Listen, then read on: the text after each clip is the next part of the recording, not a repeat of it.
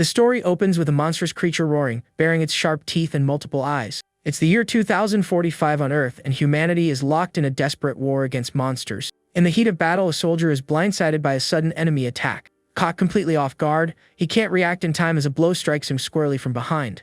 Looming over the destructive scene, a giant monster surveys the soldiers fallen on the ground. Seeing an attack hurtling his way, a lone soldier wonders if this is how his story ends. Paralyzed on the ground, the young man can only watch as the shadowy energy closes in. But at the last possible second, a mysterious ally appears, saving him with a flash of his sword. Furiously, the skeletal monster spins around to confront whoever dared to interfere with its attack. Before the warrior materializes a dark creature, even larger and more menacing than the last. Without a moment's hesitation, the swordsman charges, his glowing blade slicing through the creature's tentacles. Despite this aid, the army remains outmatched and another soldier is sent flying. Just then, a new figure emerges from the chaos, weapon in hand and a look of pure determination. He swiftly takes aim and fires at one of the enemies, shielding his comrades. This is Hansung, commander of Earth's last defense force, who orders everyone back to their feet.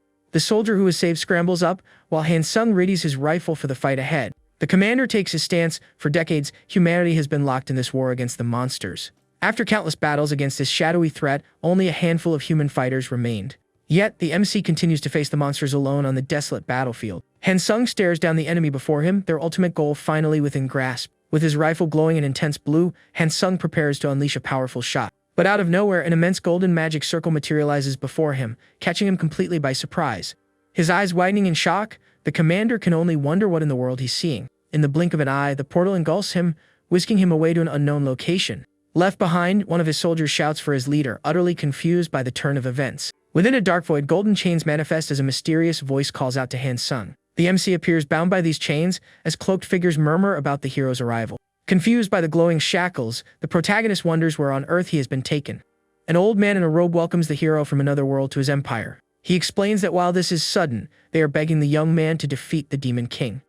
Outraged, Hansung demands to know what they're talking about, insisting he should be in Korea. The elder, however, simply tells him to be quiet and begins weaving a strange spell. Instantly, the binding oath activates, and an intense pain shoots through the MC's body. The old man states the magic won't harm him, provided he is obedient and civilized. Annoyed, the commander questions when exactly he had been anything but civil to them. The group's leader once again asks the hero to defeat the malevolent Demon King. They then offer him a sword, pleading with him to save their empire. The old man adds that if he succeeds, they might just be able to send him back to his own world. With sinister smiles, the group asks if Hansung will accept their little request. The protagonist looks down, a single tear rolling down his cheek, feeling he has no other choice. Left with no other option, a tearful protagonist agrees to do as they command. And so, Hansung was summoned to a different world, forced to fight as an empire's hero. To fulfill his end of the bargain, the MC worked tirelessly, joining countless expeditions. He fought without rest, defeating every monster that crossed his path in the name of the empire. After 10 long years, he finally vanquished the Demon King and wondered if he was at last free. But the old mage approaches, informing him that it's time to reveal his next mission. The hero is furious, yelling that this wasn't part of their deal, but the old man insists the job isn't done. According to the elder, people who oppose the empire still exist and must be eliminated. His next target is Battle of the Knight's Kingdom. If the MC takes him out, he'll finally be free. The mage then asks with a sickeningly sweet smile for the hero to help them just a little bit longer. The protagonist thinks to himself that a dog on a leash has no choice, cursing those wretched old men. Unable to refuse, the hero sets off for the Knight's Kingdom and launches a full-scale assault. In the ensuing battle, Hansung successfully corners his target, striking him down with his sword. Battle calls him a fool for obeying the empire, but the protagonist insists he had no choice. With a sorrowful expression, the commander apologizes to the knight named Beidel. The blonde knight with a blood-stained smile tells Hansung not to be sorry. He warns that soon the hero from another world will be discarded by the empire in the very same way. Mission accomplished, the young man believes he can finally return home. But in that very instant, a blade pierces his back. It's one of the empire's own knights. The knight cynically thanks the hero from another world for a job well done.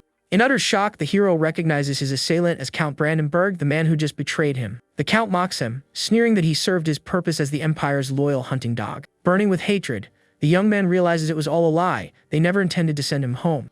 The knight scoffs, asking why they would, since a hunting dog only knows how to bite, and strikes again. With one final blow, the traitor bids Hansung farewell as he collapses lifelessly to the ground. As he lay dying, the protagonist thinks that while he suspected they'd never let him go, the reality is still frustrating.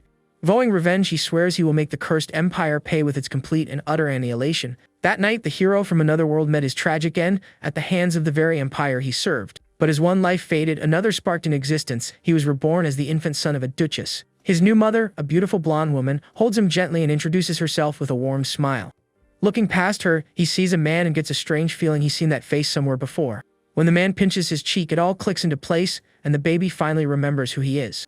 In his mind, the image of the mysterious man sharpens into perfect clarity. This was Duke Saxon, the most powerful necromancer and dark mage on the entire continent. If that man is his father, this can only be the heart of forbidden magic. The Black Tower. The reincarnation stone he'd hidden had worked, but his new body had been left entirely to chance. Amazingly, he was reborn as the eldest son of the prestigious ducal family Saxon. The MC realizes he was born with a silver spoon this time and grins with pure satisfaction. Immediately, he begins plotting to master the art of necromancy as soon as he's old enough. With that power, he will obliterate every single one of the scoundrels in the empire who betrayed him. Duke Saxon and his wife find it odd that their newborn son hasn't cried at all. Worried, his mother asks the nanny to check on the baby, remarking on how quiet he is. In his thoughts, the MC notes that he's not really a child, so tears don't come easily. Holding the infant, the nanny reports that his breathing is stable and there's no cause for concern. His father wonders aloud if a tearless child is a bad omen, but the nanny has an idea. With a smile, she suggests that if they want him to cry, a little smack should do the trick, and she taps him. The protagonist seethes internally, but as a baby, he's powerless to curse the old woman out. His parents are amused by their son's stubbornness, commenting on his strong will. Deciding to give it a try, his mother picks him up, all while the baby internally calls them idiots. The Duchess raises her hand to pat her son, who eyes her with deep suspicion. Realizing he's about to get hit again, the little hero silently curses his helpless situation. But instead of a slap, she gives him a series of gentle, loving pats. Surprised by the unexpected sensation, the boy falls silent for a moment. The instant the warmth of her gentle hand touched his skin, a memory flooded his mind. Suddenly, Han-sung was transported back to his past life, filled with endless battles and solitude. He tried to remember the last time he felt warmth like amidst so much suffering. In his previous life, he had always been alone, surrounded by nothing but distrust and betrayal. The soft touch of his new mother's hand radiated a love he hadn't experienced in years. At that moment, Han-sung, who hadn't shed a tear for as long as he could remember, felt his emotions surge. A loud, genuine cry finally echoed through the room, taking his new parents by complete surprise. 8 years flew by and Dale's parents stood in his room, commenting on how quickly time had passed. His mother asks if he's still in the study, remarking that he certainly takes after his father. A satisfied smile on his face, her husband Alan notes the boy's clear fascination with magic. His wife's expression turns serious as she reminds him of the promise they made long ago. The promise was that Alan would never teach their son necromancy, a vow made while Dale was studying in the library. She's relieved that her husband remembers their agreement, which he confirms he does.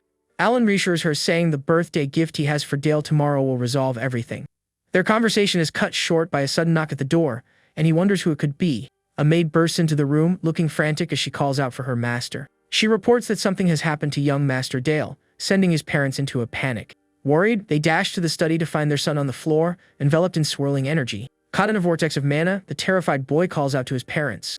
His mother rushes to embrace him, asking if he's alright, and Dale assures her he isn't hurt. Meanwhile, his father hangs back, sensing an immense amount of mana lingering in the air. Alan was stunned. At just 8 years old, the boy could already manifest mana all by himself. With an intimidating glare, the father asks if Dale was the one who released the mana, and the MC realizes he messed up. The boy hadn't expected to unleash his mana so soon and now had no idea how to answer his father. But to his astonishment, Duke Saxon simply broke into a grin of pure, unadulterated pride. He lovingly ruffles his son's hair, saying this was to be expected, though he regrets not being able to teach him. Dale is floored. If he can't learn necromancy, how will he ever get his revenge? His mother tells him to head back to his room, and the boy agrees with a smile. As he leaves, Dale glances back to see his father Alan, calling his mother by her name Alina. With a sly smile, Duke Alan tells his wife he's already figured out the perfect gift for their son. A short while later, at the boy's birthday banquet, the hall is filled with gathered nobles. Various guests chat amongst themselves, wondering when the young master will finally make his appearance. From the second floor, the protagonist observes the party, looking rather bored by all the fanfare. He feels drained, knowing all these people are here simply to celebrate his birthday. For the MC, being treated as a nobleman's son still feels bizarre after the life he once lived. His mind keeps drifting back to the incident in the library the day before, when his mana erupted. Just recalling his past life had caused his mana to spiral out of control. It felt like a waste not to pursue necromancy. The boy wonders how to convince his father, remembering something about a special gift. His train of thought is broken when his mother calls to him, apologizing for the long wait. The Duchess wishes Dale a happy 8th birthday, a cloaked figure standing silently beside her. Curious, the boy asks about the mysterious person behind her, and his mother makes the introduction. Slowly, the cloaked figure reveals their face to the young master of the Saxon family. It is Sephia, an elder elf from the Blue Magic Tower and a renowned master of water magic. This stunning elf is to be his new teacher, and she expresses her excitement to begin working with him. Stunned, the protagonist realizes an elder from the Blue Magic Tower will be his master. This means he'll be learning water magic, confirming his suspicion that his mother wants him far away from the dark arts. His new teacher, Cephia, requests a private word with Dale, and the boy agrees to follow her. In a snow-swept clearing, the elf states that, as he likely knows, she is only permitted to teach him water magic. She then asks if he's disappointed, sensing that his heart is set on learning something else. Surprised, Dale questions how she knew, and Cephia replies that his desire to learn necromancy is obvious. The elf explains that the conditions of his parents' marriage are common knowledge throughout the Empire. A flashback reveals that when Duke Alan courted Lady Alina, she was fearful of his infamous reputation. To win her over, the Duke promised to never pass down his dark arts to any of their children. Cephia admits this vow makes learning dark magic tricky, but she is confident she can persuade Alina. With a self-assured smile, the new teacher asks if the protagonist is willing to follow her lead. The boy counters, asking if she, an elf, doesn't find dark magic and necromancy distasteful. Finding his question amusing, the master lets out a small chuckle before she answers. Dale argues that priests who bring the dying back to life are also defying the natural order. In the MC's eyes, necromancy and resurrection are two sides of the same coin, and he decides Cephia is a worthy teacher. With that settled, the elf begins the lesson, stating his first goal is to complete his first mana circle. The boy is thrilled. Most spells he's read about require at least one circle of mana to cast. His teacher instructs him to place a hand over his heart and focus his mind, an order he immediately follows.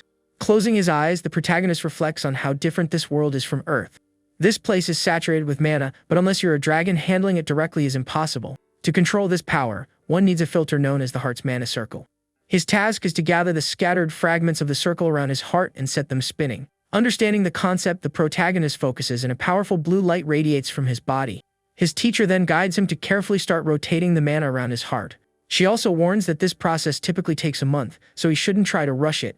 However, the protagonist cuts her off, announcing he's already done it, leaving the elf speechless. Utterly astonished and disbelieving, his teacher is frozen in shock. She can hardly process it. He barely began his training, and yet formed a circle in mere minutes. Cephia begins to wonder if the boy is a once-in-a-generation magical prodigy. Deeply impressed, the master asks Dale if he can now channel mana through the newly formed circle. The MC says he'll give it a shot and concentrates, preparing to release the energy building inside him. For a novice, simply channeling mana through the circle is an incredibly difficult feat. He recalls that in his past life, his only magic consisted of destruction spells carved directly onto his body. But now, having inherited his father's talent, his new body accepts mana as if it were second nature. Focusing his will, he draws the mana to his fingertips, molding it into a potent spell. His objective is to forge the sharpest possible shard, one that will one day pierce the Empire's throat. A perfectly formed, intensely glowing ice crystal materializes in the palm of his hand. The elf is shocked. The mana should have dissipated, yet he crystallized it into a focused beam of ice. Dale mentions he prioritized its form so its power might be lacking, before launching the spell at a nearby tree. His master can only watch as the ice ray streaks toward its target at incredible speed. Upon impact, the spell erupts with a force far beyond what a beginner should be capable of. The blast is so powerful that the tree is completely obliterated, shattering into countless pieces. Witnessing this level of destruction, his teacher is left utterly speechless by her student's raw talent. She's stunned that the spell pierced the thick wood with a precision that should be impossible for a child. As Dale offers an innocent smile, the elf silently wonders who in the world this boy truly is.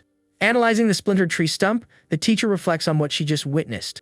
She had expected him to simply move the mana, but he instead harnessed the ambient cold to craft a perfect spell. Noticing his master's silence, the protagonist asks if he might have done something wrong. An enigmatic smile crosses the elf's face as she turns to her student, but she remains silent. The complexity of that magical formula was far beyond anything a child should be able to create. The spell incorporated 3 distinct formulas, known as the golden ratio of military magic. It was a flawlessly lethal spell that demanded an extraordinary level of mana control. The fact that he could design and cast such a thing on his first try is frankly terrifying. The teacher dismisses it as nothing, adding that she now understands why Lord Noir would find his situation a shame. Back in the study, the Duke demands to know why Cephia can no longer teach his son. Alan insists that she must continue, but the elf begins to recount what actually occurred. She reveals that the moment the boy completed his first circle, he cast a perfect, lethal-grade spell. It was almost unbelievable that an 8-year-old had so flawlessly executed a military magic formula. From this, the master concludes that young Lord Dale possesses a natural, innate talent for killing. His father asks if her non-violent elven principles prevent her from teaching such a boy. A small smile plays on her lips as the elf denies this, stating that's not the issue at all. On the contrary, she feels a powerful urge to personally guide this boy onto the correct path. Alan argues there's no reason for her to refuse, to which she adds that the boy has clearly inherited the Lord's Noir magic. A single bead of sweat forms on the Duke's brow as he realizes his son already has the magic he longs to learn. Professor Cephia says she's heard much of their love story and deeply respects their promise. However, she asserts that this doesn't give them the right to dictate the boy's future, not with talent like his. Outside, the protagonist strains to hear their conversation, but the room is soundproof. He sits slumped in the hallway, wondering if they're discussing him right now. The boy recalls not expecting his first spell to be so potent, and how shocked his master had been. With a sigh, the MC resolves to be more careful in controlling his power from this point forward. A voice suddenly calls his name, and the small boy looks up to see who it is. A wide grin spreads across his face as he jumps to his feet to greet the person. It was his uncle Helmet, a knight in full plate armor, asking what he was doing just sitting there. The boy explains that his uncle has been away, to which Helmet replies he was fulfilling his duty to the family. The knight scoops him into his arms, a gesture of affection that surprises the protagonist. Dale returns the hug as his uncle tells him he's been off defeating fearsome monsters. A clever smile appears on the boy's face as he correctly guesses Helmet was in the dungeon, which he confirms. The appearance of dungeons and the subsequent monster overflows are a grave concern for any territory. Ever since the Demon King's era, monsters have continuously invaded civilian areas, causing immense damage. For this reason, knights are dedicated to clearing dungeons and eliminating any monsters that escape. The situation in the Duchy of Saxon is even more dire than in other territories. The reason for this dates back to when the hero defeated the Demon King, and Duke Saxon was given an order. He was tasked with converting the Demon King's former territory to Imperial land, a task the MC calls dumping the leftovers. The protagonist urges his uncle to be careful, and Helmet asks if the young lord is worried about him. Suddenly, Duke Saxon appears, remarking that Helmet seems to be in good health, and the knight greets him formally. With a slight smile, the Duke commends the knight for his hard work during the recent dungeon expedition. A moment later, Duchess Alina enters the room, and the MC wonders what his mother is doing there. Beaming with pride, his mother calls out to her son Dale, showering him with praise. She embraces him tightly, saying she heard he achieved his first circle and that she couldn't be prouder. His father adds his congratulations and tells the boy he can ask for anything he desires. The MC pauses to think asking to learn necromancy right now might seem too cunning for a child. So, with an innocent smile, the boy declares he wants a little sister, leaving his parents completely flustered. The Duke stammers that they will certainly try their best, to which the boy enthusiastically replies, "Okay." Watching the scene unfold, Uncle Helmet can't help but burst into laughter at the amusing situation. Later that night, Dale yawns in his room, finding it exhausting to constantly act like a child. He feels a deep weariness, likely a side effect of using magic for the first time in his new life. Suddenly, the boy is jolted awake by a nightmare, his eyes flying open in sheer terror. In his dream, he was reliving his final moments, betrayed and struck down by Count Brandenburg. The traitor's voice mocked him for growing soft, taunting him about any lingering thoughts of revenge. With a cruel sneer, the Count vowed that the Empire would hunt him down and erase his very existence. The nightmare ends abruptly, and the protagonist wakes with a start, mana violently erupting from his body. As mana explodes from him, the boy feels as though his heart is about to burst from the strain. The uncontrollable energy floods the room, and he wonders if he's experiencing a mana surge. Furious, the protagonist curses the Empire for tormenting him even in his dreams. He stumbles outside for fresh air, hoping to calm himself, but the situation only seems to worsen. The pain in his chest intensifies, and the MC feels the control over his magic slipping away completely. But then, his teacher Cephia appears, calmly remarking that he seems to be in a difficult spot. The elf instantly recognizes the mana surge. While she knows he's talented, she can't help but sense the danger. Seeing the boy's a gunny, the master approaches and places a calming hand over his chest. She fears that if malice ever takes root in Dale's magic, his path will become irreversible. Channeling her own power, the teacher begins to soothe her students out of control energy. The protagonist is amazed. The mana surge vanished completely the moment she touched him. His master calls his name, and the boy, still dazed, responds immediately. The elf explains that the essence of magic is a mirror to the heart, which is why every mage's power is unique. She declares that his talent lies in taking lives, making it an exceptionally dangerous gift. For that very reason, she believes she is the perfect person to teach him, and hands him a mysterious book. Taking the book, the MC instantly recognizes it as a tome on the art of necromancy. A gentle smile graces her lips as the master suggests that perhaps it is destiny for her to guide him from now on. Deeply moved, the protagonist looks at her, silently wishing himself a happy birthday. In a sudden burst of emotion, the boy hugs her, and his teacher playfully teases him for being so needy. A few days later, they stand outside, and the boy asks if they're going rabbit hunting. His teacher confirms with a smile as a white rabbit hops into view in the snow ahead. The master tells him to recall the times he went hunting with his father, and the boy nods in agreement. The small animal stares directly at them as the protagonist readies his spell. With a look of intense focus, Dale forms a magic circle, concentrating his energy for the strike. The ice ray shoots out, hitting the rabbit dead on and taking it down with a single, perfect shot. The elf observes the scene, noting that even when taking a life, her student's hands show no hesitation. She then explains that while the spell is the same, its form differs from one mage to the next. The teacher asks if the boy knows the reason, but the MC admits he has absolutely no idea. With a knowing smile, the master reveals that magic is a mirror of the mind, a reflection of one's inner self. The protagonist listens intently, feeling like he's starting to grasp the deeper mechanics of magic. Cephia continues explaining that terms like wall of fire are merely solidified mental images. The Red Magic Tower. She elaborates values order through overwhelming force, and their magic reflects this philosophy. In contrast, her own Blue Magic Tower champions order through harmony and balance. Each magic tower's core philosophy is projected into the very form of their magic, becoming its foundational system. The Noir White and Green Towers also exist, each with its own unique approach and philosophy. A smile touches her lips as the master admits this is probably too advanced a topic for him right now. She then explains that the most fundamental form of necromancy is raising a zombie, gesturing towards the rabbit. The boy demonstrates the art of animating a corpse, using mana strings to control it like a marionette. With expert precision, the MC manipulates the strings, making the zombie rabbit move to his will. The mana strings, connected to its head, spine, and knees, grant him precise control over its movements. The zombie rabbit turns with a sinister glare, and his master commends him on a job well done. The elf then asks if he's ready for the next step, and the boy confidently agrees. With a glint of excitement in his eyes, the MC casts a frost armor spell on the zombie rabbit. A brilliant blue light radiates from the ground as ice crystals rapidly form around the creature. The armor of ice encases the rabbit's entire body, transforming it into a crystalline beast. His teacher remarks that the armor's execution was decent and its form is quite fitting. A challenging smile appears on her face as the master crafts a spell of her own, stating she'll test the armor's defense. The protagonist feels a twinge of nervousness as he watches his teacher prepare to attack his creation. The elf unleashes a powerful blast of energy that slams into the zombie rabbit with its full force. The ice armor cracks under the immense pressure but miraculously holds, withstanding the teacher's assault. A victorious grin spreads across the boy's face as he celebrates successfully blocking his master's attack. The elf praises his excellent work and the MC approaches her, his expression confident. Sensing he has something to say, the teacher asks if there's anything he'd like to request from her. A clever smile on his face, Dale says he'd like her to teach him how to better utilize water magic. The master smiles, appearing pleased with her student's request, but her response is completely unexpected. With a simple firm no, she denies the boy's request, leaving him shocked and utterly confused. The teacher explains that what he performed was a very basic form of water magic, and he still has a long way to go. Like all magic, the water attribute demands deeper insight and higher levels of understanding to master. For most beginners, even learning a single type of magic is an immense challenge. Anyone capable of wielding two types simultaneously is revered as a dual mage. The master states that for someone his age, achieving this is nearly impossible and seems overly ambitious. With a wicked grin, the boy questions her use of the word ambition, and the elf eyes him suspiciously. The MC wonders if after everything he's demonstrated, she still believes it's not enough. With an innocent look, he reminds her of her own words, that they would find the path forward together. Slightly flustered by his comeback, the teacher abruptly ends the lesson for the day. That very night, the protagonist heads to the study, a tall stack of books in his arms. Determined, the boy declares there's nothing he can't accomplish on his own and settles into study. He's resolved to prove his worth, leaving her no choice but to teach him necromancy. As he studies late into the night, a mysterious voice begins to call his name.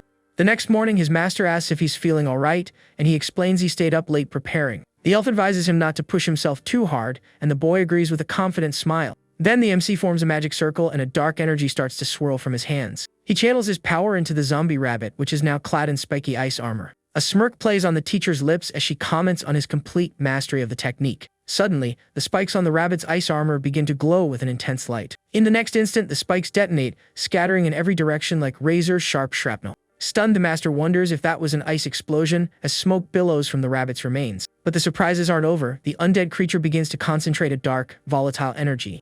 The zombie rabbit then forms a sphere of dark energy, readying a new kind of attack. With a swift motion, the creature launches the energy sphere with devastating force. The combination of attacks results in a massive explosion of dark energy and jagged ice shards. Shocked by the sheer power of the assault, Professor Sifi erects a protective barrier around herself. The hexagonal shield deflects the sharp fragments that fly toward her like a storm of blades.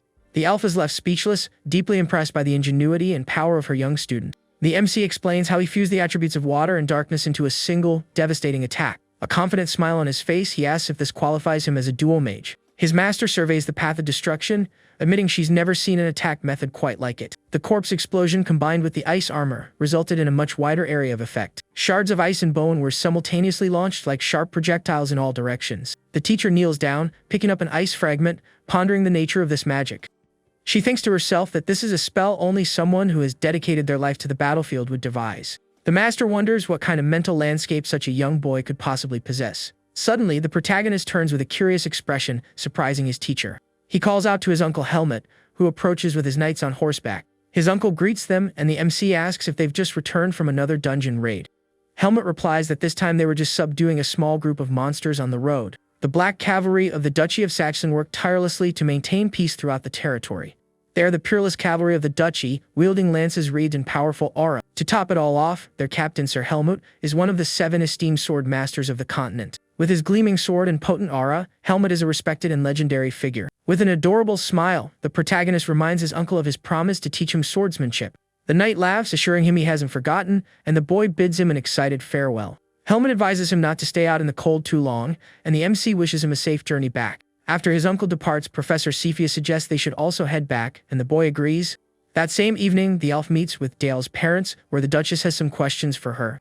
The master reveals that young Dale has achieved his first circle in both necromancy and water magic. Surprised, the Duke reminds her they had requested she only teach the boy water magic. The teacher explains that as his mentor, she felt compelled to teach him what he truly wanted to learn. Cephia clarifies that young Dale's desire to learn went beyond just water magic, and she chose to support him. The Duchess then rises and with a serious expression, makes an unexpected request of the teacher. She asks that Cephia continue to teach her son water magic, as this is her personal wish. The elf agrees to keep looking after the boy, and the Duchess thanks her with a relieved smile.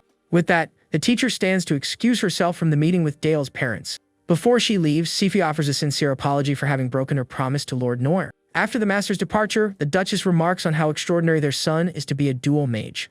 The Duke admits that while the boy sometimes frightens him, he must be capable, for he is their son. A determined look crosses Alan's face as he turns to his wife, Alina, and makes a startling declaration. He announces his desire to teach their son necromancy, thereby breaking the promise he made to her. Alan explains he wants to give him the strength to bear a lord's duties and to finally have a disciple. With his face buried in his hands, the Duke apologizes to his wife for having to break his vow. A worried expression on her face, the Duchess notes that public opinion on necromancy is still very negative. She says she had wanted to dissuade him for that reason, but seeing their son's determination has changed her mind. With a gentle smile, Alina embraces him, telling him to train their son to become a great necromancer. In a tender moment, she holds him close. The Duke seems surprised but accepts her decision. Alan returns the embrace, swearing he will train their son to be the very best. And so, the boy's first day of specialized necromancy training finally commenced. However, his father immediately reprimanded him, expressing deep disappointment in his son's lack of knowledge. The boy defends himself, stating he only knew what his master had taught him and couldn't do more. The moment he demonstrated the basics of necromancy, his father had whisked him away to the castle's magic workshop. The Duke sternly informs him that as long as he is the teacher, such basic spells are forbidden. The boy's first assignment is to memorize the bone and muscle structures of every known life form. Facing towering piles of books, the protagonist agrees with a somewhat disheartened expression. He then throws himself into memorizing every word of tomes that, in his world, only medical students would read. After he masters the fundamentals, his father presents him with a new book, permitting him to move on to practical magic. A small smile plays on the Duke's lips as he declares the real lesson starts now, and the boy nods in agreement. But as he looks at the practice table, the MC is taken aback by what lies before him. A goblin's corpse was laid out on the table, and the boy questions why it's there. His father notes his perplexed expression and begins to explain the importance of understanding anatomy. An unskilled sorcerer can only make a master swordsman move like a clumsy, simple zombie. For his first practical test, his father challenges him to animate the undead soldier before him. The protagonist concentrates and a dark aura begins to swirl around the goblin corpse. He thinks that, unlike a rabbit, a goblin is bipedal, making it far more complex to control. It feels like trying to operate an intricate marionette with dozens of mana strings all at once. The boy realizes its joints and muscles have stiffened, preventing him from moving them properly. Concerned, the MC wonders how he's supposed to overcome this challenge. His father then calls to him, explaining that while stiffening the body is a good idea, it has a major flaw. The unavoidable side effect is that it severely restricts the corpse's movement, rendering it nearly useless in combat. With an intense gaze, the Duke tells his son to simply watch and learn from his example. Channeling his own power, Alan unleashes a wave of dark energy that envelops the goblin's body. The boy is stunned as he watches what his father is doing to the corpse before him. The goblin zombie begins to twist and contort, transforming into something entirely new and terrifying. The Duke explains that rib cages are designed to protect internal organs. However, since the undead have no organs to protect, there's no reason to maintain that structure. In a swift motion, the goblin's ribs jet outwards, morphing into sharp, deadly blades. His father then states that the key is to understand a target's structure and reshape it to fit your needs. The protagonist is left in awe by his father's incredible display of power and skill. Alan reveals that this is the very foundation of dark magic, the true power of a necromancer. With a look of sheer determination, Dale turns to his father and makes a request with all his conviction. The boy asks the Duke to teach him the core philosophy of the Noir magic tower. A slight smile on his lips, the father seems pleased by his son's ambition and resolve. With a confident smirk, Duke Saxon prepares to unveil the philosophy of his magic tower. He explains that truth is always found within the embrace of death, the cornerstone of their belief system. A serious expression on his face, the father states that to grasp this truth, they must first understand the weight of life. Hearing his father's words, the protagonist is hit with a flashback to his past life as a hero. He remembers a man begging for his life, surrounded by a raging inferno of destruction. The man had called him a hero and pleaded to be spared, but the protagonist had raised his sword. In a final, desperate moment, the man clasped his hands, begging not to be taken out.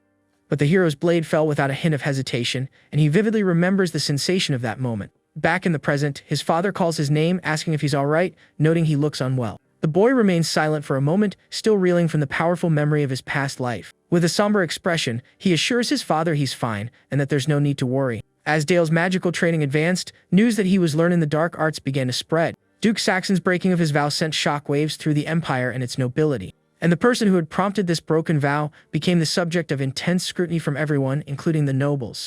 All eyes in the empire were now on him, curious to see what the young heir of House Saxon would do next. Thrust into the spotlight, the boy became the center of both attention and rampant gossip. Several weeks later, at the duchy's training grounds, Dale spars with his uncle. Wielding a wooden sword, the boy masterfully parries the attacks of his uncle Helmut. With every exchange, the protagonist demonstrates a level of skill astonishing for his age. He blocks a powerful strike from his uncle with perfect precision and strength, impressing the sword master.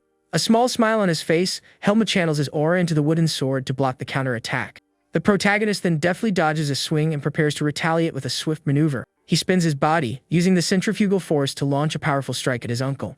The boy braces for impact, but his uncle manages to evade the blow at the very last second. In a quick, athletic move, Dale leaps into the air, bringing his sword down in an overhead strike. His uncle is surprised by the boy's skill, but still manages to block the attack with ease. In the middle of their exchange, Helmut deliberately lets his wooden sword fall to the ground. With a victorious grin, the knight praises his nephew, telling him he wasn't half bad. But the MC knows there's no way a knight of his uncle's caliber would drop his sword by accident. He accuses his uncle of dropping it on purpose, which the knight denies with a playful smile. The boy says his uncle's swordsmanship is so superb that he almost regrets being a mage. The knight takes the boy's hand, telling him there's no need for him to train so rigorously. He explains that mages are always protected in battle by an escort of dedicated knights. A concerned look crosses Helmut's face, as he insists there's no need to push himself to the point of injury. However, the protagonist replies that there's a very good reason for his intense training, showing his bandaged hand. With a confident smile, the MC declares it wouldn't be right for the Duke's son to rely solely on guards. Besides, he couldn't pass up the opportunity to learn directly from one of the 7 great sword masters. His uncle laughs at the response, praising his nephew's fierce determination and ambition. A satisfied grin spreads across the boy's face, thrilled to have finally earned a compliment from his uncle. Suddenly, Duchess Helena appears, remarking that the two of them seem to be in high spirits. The boy asks what brings her to the training grounds, and she says she wanted to see how hard he was working. The Duchess reveals she has some news and asks if he remembers the gift he requested. The MC racks his brain, trying to recall what he had asked for, but the memory is hazy. A flashback shows the moment he asked his parents for a little sister. As the memory returns, the protagonist is left stunned and speechless by his mother's implication.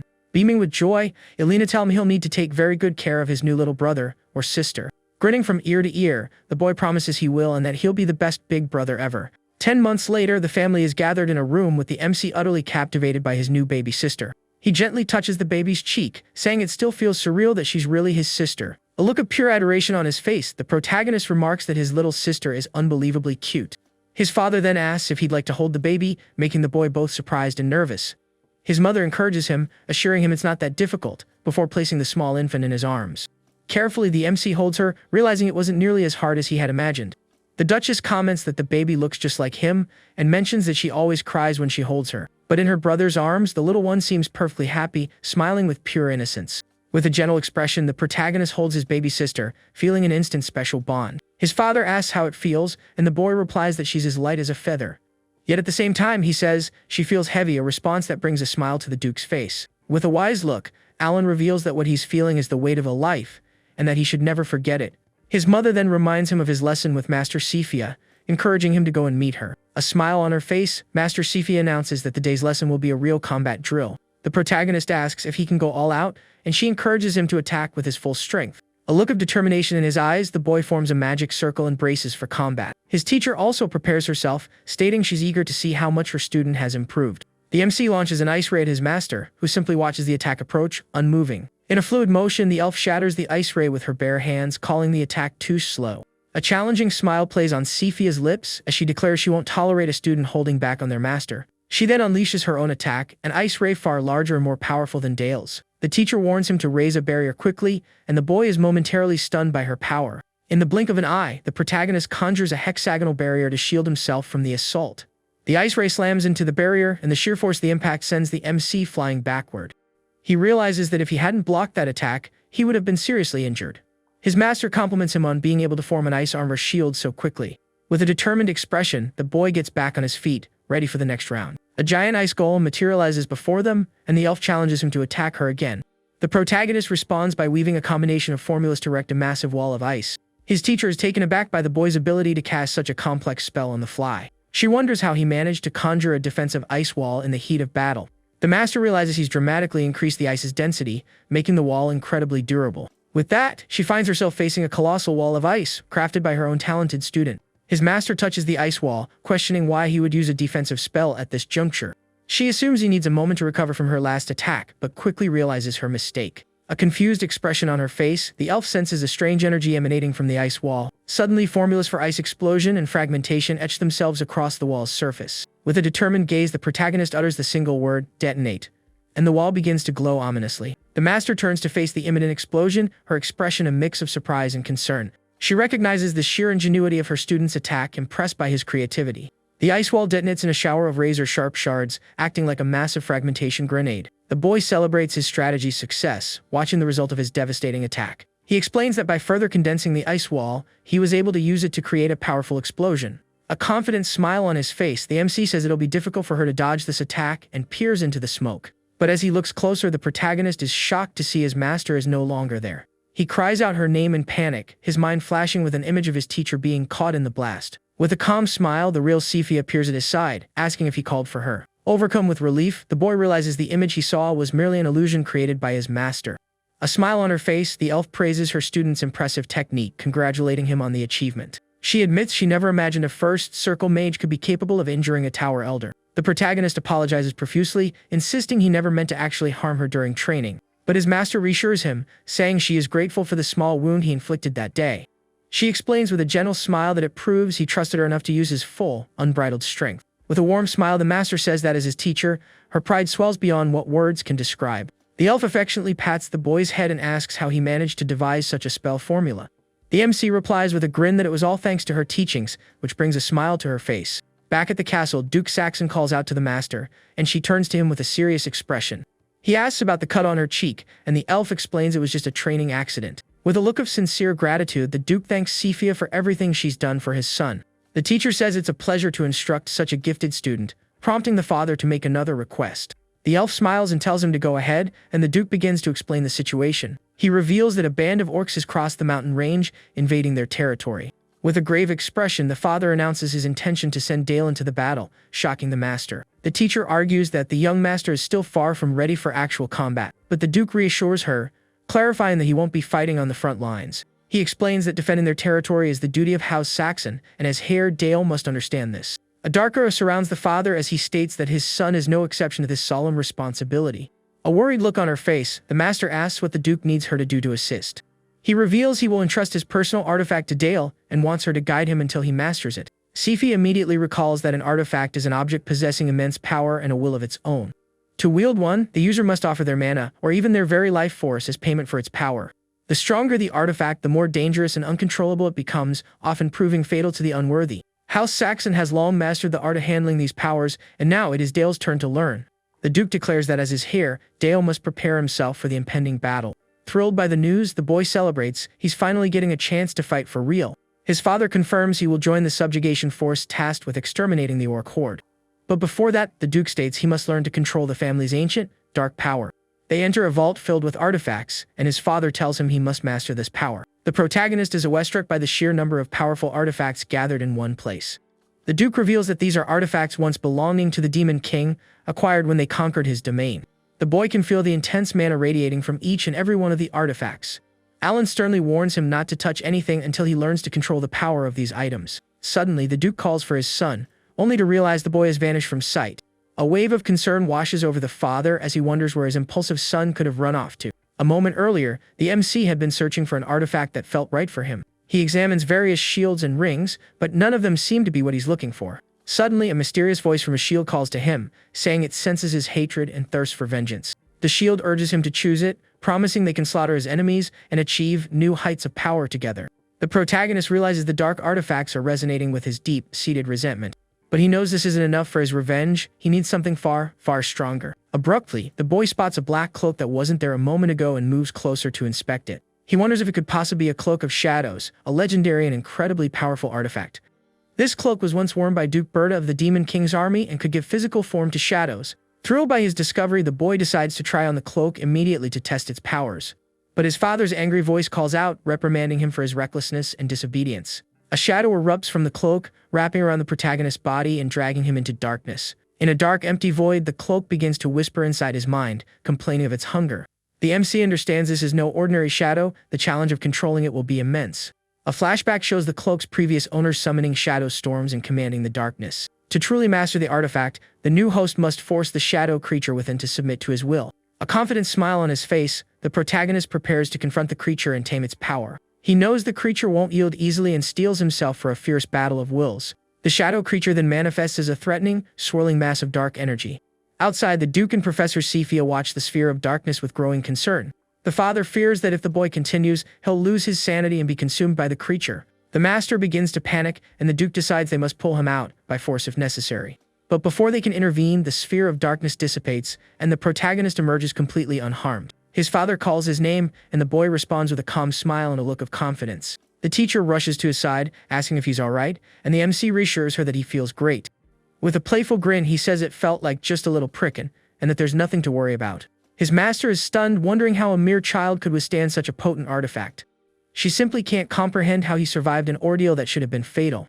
The boy then turns to his father with a question, and the Duke encourages him to ask. With an innocent smile, the boy asks if he can try out the other artifacts as well. The Duke and Professor Cephia are left utterly shocked and speechless by the boy's audacious request. A few days later on the training grounds, Uncle Helmut is surprised to see him wearing the Cloak of Shadows. The MC confirms with a smile that he is indeed wearing the legendary cloak, and his uncle looks on with concern.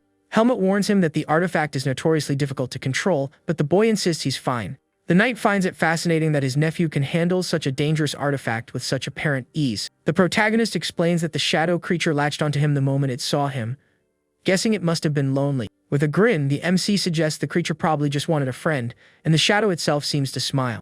His uncle laughs at his nephew's innocence, remarking that he's too kind for his own good. A determined look on his face, Dale thanks his uncle, and the shadow follows him like a loyal pet. The boy then says he has a request, and the knight asks what he desires. The MC asks for a real sparring match as combat practice, and his uncle agrees with excitement. Sword in hand, Helmut readies himself for the fight, and the protagonist vows not to disappoint him. However, the boy realizes that facing one of the 7 great sword masters might be more than he can handle. To ease his worries, his uncle promises to use only basic swordsmanship, without any aura enhancement. The protagonist briefly wonders if his uncle will go easy on him, but quickly dismisses the thought. He knows a true knight must always fight with sincerity. It's his uncle's personal creed. The MC's true goal for this spar isn't the duel itself, but rather to practice wielding the cloak's power. The strength of the weapons he can form from the shadow creatures will determine the artifact's true worth. For that purpose, this battle serves as a necessary test to gauge his newfound abilities. In a blur of motion, Helmut unleashes a powerful strike the protagonist barely manages to block. The uncle presses his attack, and shadow blades try to intercept him, but he cleaves right through them. The MC is shocked. His uncle shattered the attack with sheer physical strength without using any aura. A small smile on his face, the knight compliments his nephew and advances to continue the fight. Thrilled by the challenge, Helmut announces he's going to attack for real now, and the boy braces himself. The uncle leaps into the air, bringing his sword down with astonishing force. But the protagonist uses the shadows to evade, preparing a surprise counter-attack. The knight is impressed by his nephew's tactic, finding his ingenuity fascinating. Using the shadows to move with blinding speed, Dale appears behind his uncle ready to strike. But the sword master is quicker, blocking the blow with his sword and a confident smile.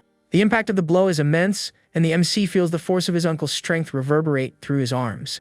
The boy is knocked backward but manages to recover his footing, preparing for the next exchange. The knight is impressed that his nephew was able to block such a powerful strike. The protagonist truly understands the power difference between a normal weapon and a top-tier artifact. Energized by the challenge, Helmut invites him for 10 more exchanges, and the duel rages on. That day, the knights who were watching murmured in disbelief at the boy's incredible skill. None of them had ever lasted more than 2 exchanges against Captain Helmut in a duel. They sensed an insurmountable wall between themselves and the young master of House Saxon. A few days later, on the day of deployment, Duchess Alina speaks with her son in private. She tells him that no matter how much she considers it, she cannot bear to let him go to such a dangerous place. A worried look on her face, the mother says she doesn't want to see him get hurt in the coming battle. The protagonist reassures her, explaining he must become stronger to one day shoulder the burden of the duchy. With a determined smile, he says that when the time comes, he'll need the strength to protect his family. With tears welling in his eyes, the boy pleads for his mother to allow him to become strong enough to protect her. Deeply moved by her son's words, the Duchess relents, giving him her blessing to go to battle. The MC mounts his horse and bids his mother farewell, promising a swift and safe return. In the early morning hours at their temporary base, the troops are assembled and ready to march. The Duke announces that all is prepared and asks his son to give the order to advance in his stead. The boy is taken aback, but his father explains that one day, the Black Cavalry will be his to command. With a solemn gaze, the Duke declares that these are Dale's knights, and he is their commander. The protagonist looks at the men before him, realizing they are his knights, and this is his first battle as their leader. A look of fierce determination in his eyes, he knows things will be different this time, he will not fail. Standing before his troops, the boy prepares to give the command to march and lead them to victory. With a powerful cry, he orders the proud swords of House Saxon to charge into battle. The knights respond with a thunderous war cry, ready to follow their young master into the fray. For this operation, 250 knights and an elite guard unit have been mobilized. Their target is a horde of approximately 1,000 orcs that has invaded the duchy's lands. The plan is to strike first by crossing the Saxon River and ambushing the orcs in their encampment. The Duke and his son survey the river, steeling themselves for the battle that is about to unfold. With their strategy in place, they advance toward the enemy camp to launch their surprise attack. The knights know that the only way to cross the wide river quickly is through the use of magic. Just then, Professor Cephia steps forward, announcing she will form an ice bridge for them. The protagonist is delighted to see his master, realizing she has come to lend her aid. With a graceful wave of her hands, the elf conjures a massive, solid ice bridge across the river. She tells him the way is clear, and the Duke thanks her for the assistance. The MC bids his master farewell and crosses the bridge with his father and the knights. The teacher watches the boy depart, thinking how strange it is to be so deeply concerned for a student. A small smile touches her lips as she realizes just how attached she's become to him, and how much he makes her worry. Moments later, at the orcs' temporary base, the ranger unit commences its attack. They unleash a volley of flaming arrows that rains down upon the unsuspecting enemy camp. The orcs are caught completely by surprise as their camp is engulfed in chaos and destruction. Amidst the fire and smoke, the orcs roar in pain and rage at the sudden, unexpected assault. Uncle Helmut then orders the cavalry battalions to form a wedge formation and charge. The knights surge forward in an attack formation, prepared to crush the enemy forces. The uncle asks his nephew for his assessment of the formation, and the boy analyzes the strategy. He calculates that the force of impact will be colossal, given the combined weight of knights and armor. With their lances locked and enhanced by aura, the formation is devastatingly lethal. The protagonist knows that not even the strongest orcs could hope to withstand such a charge. With a thunderous war cry, the cavalry charges into battle, poised for a decisive victory. The knights ride at full gallop, ready to shatter the horde of orcs that stands before them. The boy sees the battle is completely one-sided, and the Duke confirms the overwhelming power of his cavalry. However, Uncle Helmut warns him not to get complacent, as the real battle is only just beginning. The orcs rally, forming a line with shields and spears, as the cavalry charges in for a direct clash. The ambush was effective, but not enough to wipe out the entire orc horde in a single blow. The uncle then orders a tactical retreat so they can regroup and finish the job properly. A signal flare shoots into the sky, and the units begin to pull back according to the plan. The orcs are confused by the knights' sudden withdrawal and watch with suspicion. With angry grunts, the orcs prepare to give chase to the retreating knights. But the knights suddenly pivot and launch a devastating counter-attack, surprising the orcs yet again. The orcs attempt to defend with their spears, but one of the knights is struck down.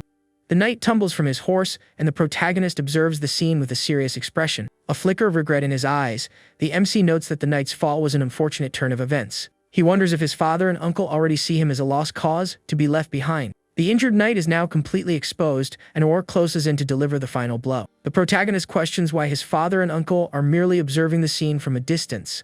With looks of cold disapproval, they remain silent, making no move to help the fallen knight. The boy knows that chasing the orc on horseback would be too slow to save his comrade. He closes his eyes and focuses, preparing to use his magic to save the wounded knight. An orc's hide is far thicker than that of other monsters, requiring an attack of pinpoint accuracy. Eyes shut, the protagonist concentrates, needing to pierce the orc's tough skin with a single perfect shot. He decides to modify his ice ray formula, adding a high-precision projectile component. By incorporating a ballistic trajectory equation for stability, he dramatically increases the spell's completion level. The boy then crafts a new formula based on a type of weapon from his previous world. The wounded knight sees the orc bearing down on him and braces for the inevitable end. With a single perfect shot, the protagonist strikes the orc, eliminating it in one clean blow. The Duke is astounded by the accuracy of his son's shot, especially from such a great distance. Without hesitation, Dale spurs his horse forward, and his uncle wonders where he's rushing off to. But his father stops him, telling him to let the boy go, watching with a look of immense pride. A small smile plays on the Duke's lips as he realizes his son has just created an original magic formula. He is shocked by its destructive potential and sees that Dale's inner world is nearing completion. The protagonist surveys the battlefield, preparing to deal with the remaining orcs. He realizes the other orcs are regrouping, and he now faces two distinct problems. First, the wounded knight is frozen with panic, unable to move from his spot. Second, his original spell formula is too complex and inefficient for the chaos of real combat. He needs to streamline the formula, making it faster and more effective in battle. He mulls over a name for his new technique, deciding Ice 98 Magnum is a decent start. But he feels the name is still too cumbersome and opts for something simpler and more direct. A confident smile on his face, the boy christens his new technique the Ice Bullet. The wounded knight sees another orc charging him and lets out a terrified scream. But with a quick, precise shot, the protagonist hits the orc dead on, saving his comrade's life. The rescued knight is stunned, wondering why the young master would come to his aid. The protagonist dismounts and approaches the injured knight with a determined expression. With a gentle smile, the MC tells him not to worry because House Saxon never abandons its own. He states firmly that House Saxon never abandons a sword that remains loyal to its duty. The knight is deeply moved by the young master's words and looks at him with newfound admiration. But the respite is short-lived as the remaining orcs charge forward with a furious war cry. A determined look on his face, the protagonist prepares to unleash the power of his Cloak of Shadows. He conjures a blade of shadow and uses it to shield the wounded knight from the orcs' attacks.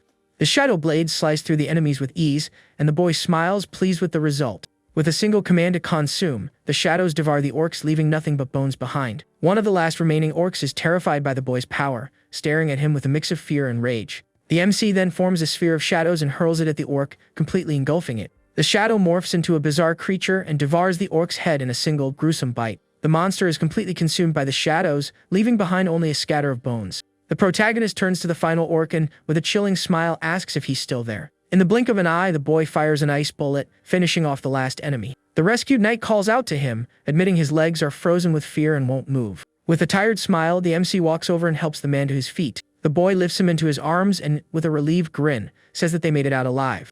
And with that, the protagonist once again demonstrated his strength and his unwavering resolve to protect his allies. Carrying the wounded knight, the boy tells his uncle Helmet that he's leaving the rest to him. With a thunderous war cry, the knight orders the cavalry battalions to charge with their full might. The knights roar for House Saxon and for their young master Dale as they surge into the final phase of the battle. Shortly after, back at the Saxon base, the Duke declares the orc subjugation a complete success. He calls the boy for a private talk, questioning his reckless actions during the battle. A stern look on his face, the father demands to know why he charged into the enemy lines alone. The protagonist is confused, wondering why he's being reprimanded for saving a comrade. The Duke demands an explanation, and the boy agrees to answer his father's question. He explains that he was simply fulfilling a leader's duty by protecting a knight he will one day command. A small smile plays on the father's lips as he calls his reasoning weak, confusing the boy further. The MC doesn't understand why his father is acting this way. He's famous for valuing his knights above all else. With a defiant look, the protagonist asks why his father just stood by and watched his knight about to perish. The Duke explains that the Demon King's territory is under constant threat from monster hordes. He still believed his father would save a loyal knight, a notion the Duke immediately challenges. Alan reprimands him, stating he has given those who must fight to survive the false hope of rescue. With a grave expression, the father asks how many knights with that mindset he thinks will actually survive. The boy falls silent, understanding the harsh logic behind his father's words. The Duke explains that the knights sharpen their blades to face these threats, and he only intervenes when they've reached their absolute limit. The protagonist recognizes the truth in his father's words, realizing he'd forgotten this grim reality. But even so, a part of him feels that something is wrong, that he can't just accept such cold logic. A smile appears on his father's face as he says the way he acted was impressive, telling him not to lose that spirit. The protagonist nods in agreement, and the Duke invites him to return to the castle together. The tale of the young hare who charged an orc horde to save a single knight spread like wildfire. People claimed the little lord had single-handedly defeated 1,000 orcs, and the story quickly became a legend. Although the protagonist found the exaggerated tale embarrassing, the incident breathed new life into the duchy. A few days later on the training grounds, the knights greet him with profound admiration and respect. The boy is a bit flustered by all the attention, saying such formality isn't necessary. But Uncle Helmet encourages him to take pride in his actions, which in turn motivates the knights to grow stronger. With a smile, the MC recognizes the passion of his knights and feels a deep sense of gratitude. Suddenly, a maid announces the arrival of guests from House Orhart, and his uncle goes to receive them. The boy thanks the maid Eve and prepares to greet the special visitors. He knew that the martial House Orhart and its patriarch Bardel were once great nobles of the Kingdom of Teutonia. But when the Empire began its war of unification, both the kingdom and House Orhart were destroyed. Upon hearing the name Orhart, Helmet's expression darkens, and the MC notices his deep sadness. The protagonist knows his uncle is remembering the divine sword, the man who had been his mentor in the cavalry. A worried look crosses the boy's face, realizing the situation could become very uncomfortable for his uncle. Back in the main hall, the Duke greets them, asking if they had a good training session that day. The protagonist confirms they did, and his father prepares to announce the guest's arrival. With the arrival of House or Heart, a tense atmosphere, heavy with memories of the past, settles over the castle. And with that, the boy steels himself for yet another challenge on his journey to grow stronger. The Duke instructs his son to escort the guests with the utmost respect, and the boy agrees. 2 women from House Ord arrive, and the protagonist is impressed they made the journey alone. The older woman introduces herself as Vanessa Orhart, humbly greeting Duke Saxon. With a solemn expression, Vanessa lifts her veil and prepares to introduce her companion. She introduces her daughter, Charlotte Orhart, who glares at the Duke with open suspicion. The protagonist is baffled by the girl's attitude, wondering what she's trying to imply. Angrily, Charlotte demands to know why her mother is bowing to them, scolding her for her submissiveness. The Duke cuts off the argument, stating they must have endured a great deal to make it there. He then tasks his son Dale with escorting the young lady Charlotte on a tour of the castle. With a gentle smile, the protagonist approaches the girl, extending a hand to her. But with a look of pure contempt, Charlotte rejects his gesture, ordering him not to touch her. She slaps his hand away, and the boy is stunned by her completely unexpected reaction. The Duke and Duchess are both taken aback by the girl's behavior and watch her with concern. A look of fury on her face, Charlotte calls the imperial nobles shameless and glares at them defiantly. Her mother reprimands her sharply, ordering her to apologize at once for her insolence. But the girl merely clicks her tongue and storms out of the room with a defiant look. The protagonist tries to stop her, but she dashes out of the room, slamming the door behind her. Vanessa apologizes profusely for her daughter's behavior, insisting she's not normally like this. She explains that after recent events, Charlotte's emotions have been unstable and she's deeply shaken. The Duchess asks what happened, preparing herself to hear the story behind the girl's outburst. Vanessa reveals that a new supervisor, Count Brandenburg, has been assigned to their territory. He is widely known as the Holy Knight of the Empire, and his reputation precedes him. Rumor has it that in his quest to produce a talented heir, he preys upon any skilled swordswoman he can find. A look of horror on her face, the mother recounts how he attempted to force himself upon her daughter, Charlotte. The Duke and Duchess listen to the harrowing story with expressions of deep concern and empathy. Vanessa pleads with them to take her daughter in as a maid to protect her from the predatory Count. Out on the training grounds, the protagonist finds young Charlotte and calls out her name. A defiant look in her eyes, the girl spins around, facing him with her sword drawn. The MC asks if she even knows where she's going, to which she replies that she doesn't care. He asks if her hand is alright from earlier and, with a gentle smile, tells her not to worry about it. The protagonist notices she's been crying and wonders if she's still upset about what happened. Suddenly, with a fierce glint in her eye, the girl lunges forward, challenging him to a duel. She calls him Dale of House Saxon and commands him to draw his sword and fight her. The boy is taken aback by the challenge, thinking she just does whatever she wants without a second thought. With a determined expression, young Charlotte faces him down, challenging him to a proper fight. A small smile plays on the protagonist's lips as he says he'll need a good reason to fight her. She brings up the rumors she's heard of an incredible boy who single-handedly slaughtered 1,000 orcs. A confident smirk on his face, the MC readies himself for the challenge, accepting the girl's duel. Charlotte declares she will defeat him and prove to the world that she is the stronger one. By doing so, she claims she'll prove she can protect her house from that man, which piques the boy's interest. Hearing the name Count Brandenburg, the protagonist is overcome with shock and a surge of white-hot anger. He could never forget the face of the man who stabbed him in the back in his previous life. The MC realizes they share a common enemy, and that this girl could prove to be a valuable ally. With a determined expression, the boy prepares for the duel, while the girl eyes him with suspicion. He tells her she's just a child who doesn't understand anything and readies himself for the fight. With a confident smile, the protagonist tells her to come at him with everything she has. Angered by his words, the girl retorts that she intended to do just that and prepares her attack. She unleashes a flurry of swift, precise strikes, but the MC manages to defend against them. The boy skillfully blocks the girl's attacks with his dagger as the duel intensifies. The two exchange blows at a blinding speed, and the protagonist is impressed by her raw skill. A look of fierce determination on her face, the girl continues her assault with surprising ferocity. The MC notes how she dodges each of his attacks with nimble movements, even channeling a bit of aura. He realizes she's using aura to wield a greatsword that should be too large and heavy for her. Just as a mage generates mana, a knight can accumulate aura in their body to surpass physical limits. The two are locked in a stalemate, and the boy is genuinely impressed by her strength and skill. In a fluid motion, the girl tosses her sword into the air, a move that surprises the protagonist. He recognizes that she is a true knight at heart, one who will not give up easily. A confident smile on her face, young Charlotte prepares for her next assault. She advances with a new wave of powerful strikes, and the MC braces himself to defend. A smirk appears on the girl's face as she senses she has the upper hand, preparing to end the duel. A flashback reveals that when young Charlotte was born, her father had already passed from this world. but every night her mother would tell her stories about him, about the great warrior he had been. She would say that it was the girl's duty to protect their house in his stead, as the daughter of the divine sword. And even as their kingdom fell and their house crumbled, she never stopped training, never put down her sword. A look of pure frustration on her face, the girl wonders why her sword is continuously being stopped by this boy. She realizes something is wrong, she can't seem to break through the protagonist's defense at all. With a swift movement, the MC dodges yet another attack and the girl's frustration grows. She leaps into the air for an overhead strike, but the boy blocks it with ease. In a quick, precise motion, the protagonist disarms her, sending her sword flying through the air. Disarmed and defeated, young Charlotte wonders why she is unable to win this duel. The MC tells her it's because she is not the divine sword, though her pride as his daughter is not misplaced. He reminds her that as she is now, she has no hope of protecting her house from that despicable man. With tears in her eyes, the girl admits that the Holy Knight's sword is far stronger than her own. Desperately, she asks what she must do to become stronger, to be able to protect her home. A determined look in his eyes, the protagonist declares that he, Dale of House Saxon, swears to become her protector. The girl is stunned by the boy's promise, looking at him with wide, tear-filled eyes. He proclaims that House Saxon will be her shield until the day she is strong enough to protect herself.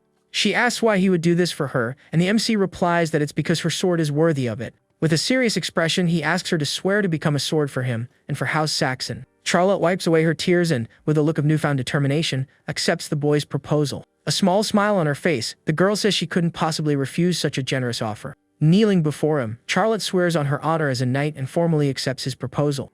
Though it may have seemed like a childish promise, the determination behind it was unshakable as a sacred vow. That day in the Duke's office, Charlotte was officially instated as a maid of House Saxon. The Duke is surprised she agreed without any hesitation and questions his son about what transpired. The protagonist reveals that they made a promise and that he is sworn to protect House or Heart. A serious expression on his face, the father asks if he invoked the family name simply out of pity for the girl. The boy denies this and, with a confident smile, his father asks what he aims to gain from this alliance.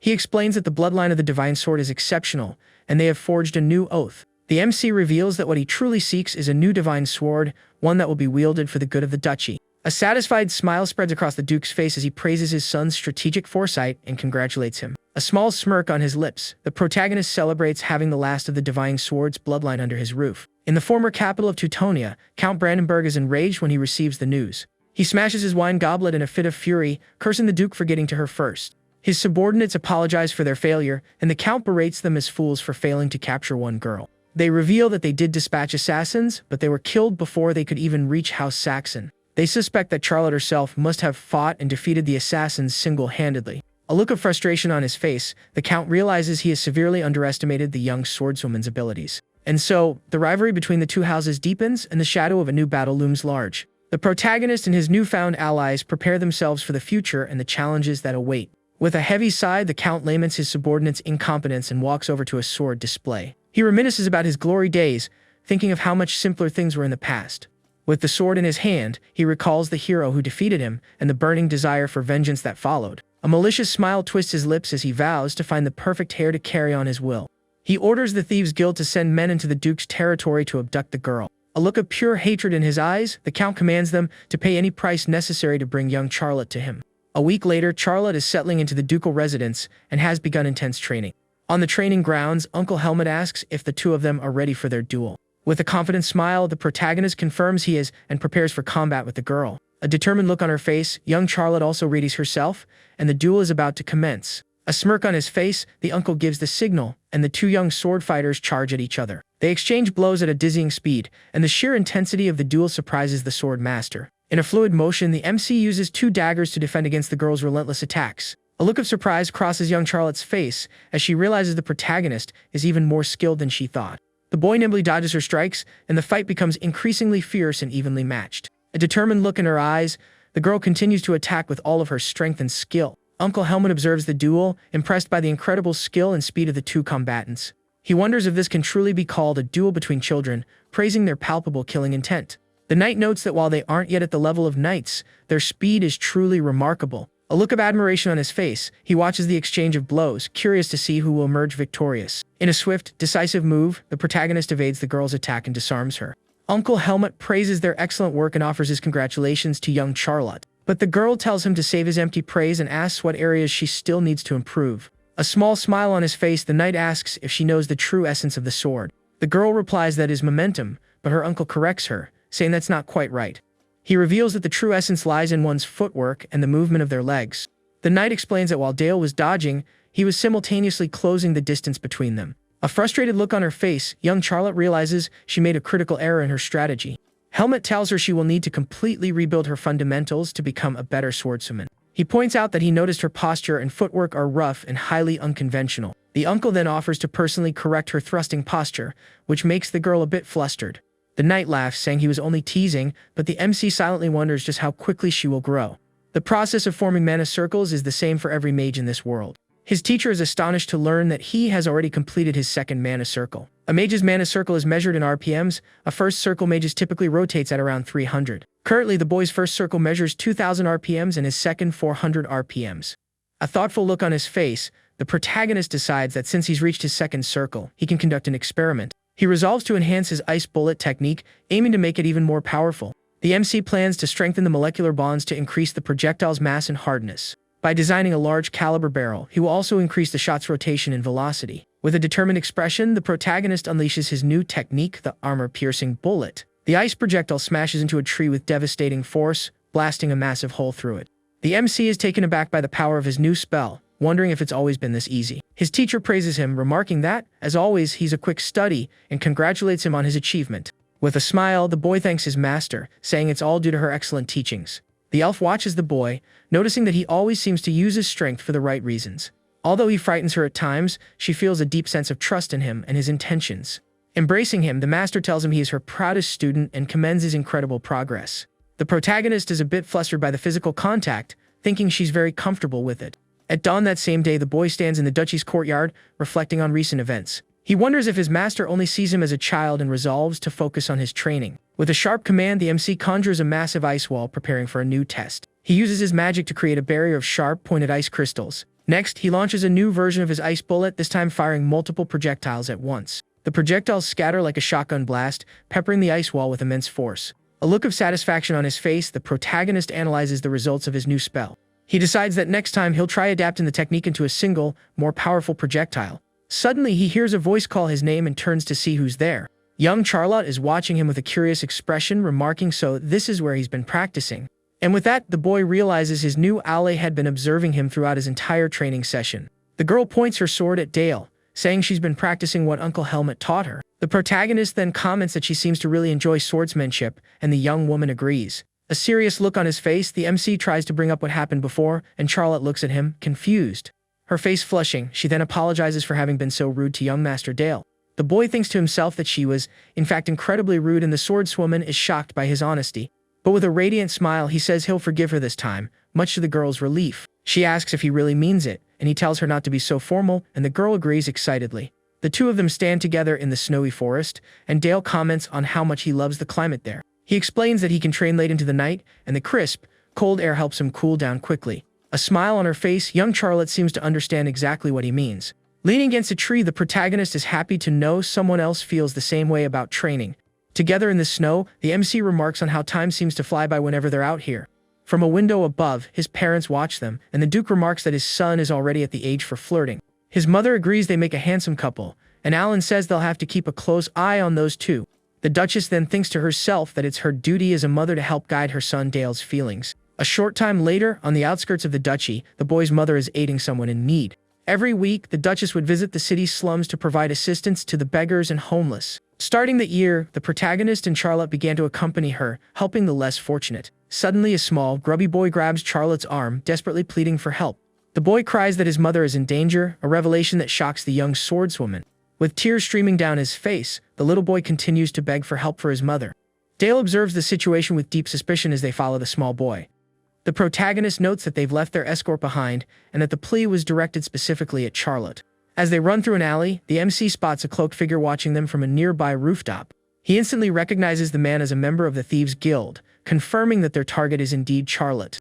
The little boy stops and tells them to wait a moment while he goes inside to get his mother. But at that instant, a heavy boot emerges from the shadows, and the atmosphere in the alley becomes thick with tension. Suddenly, several armed men step out from the darkness, surrounding the two of them in the middle of the street.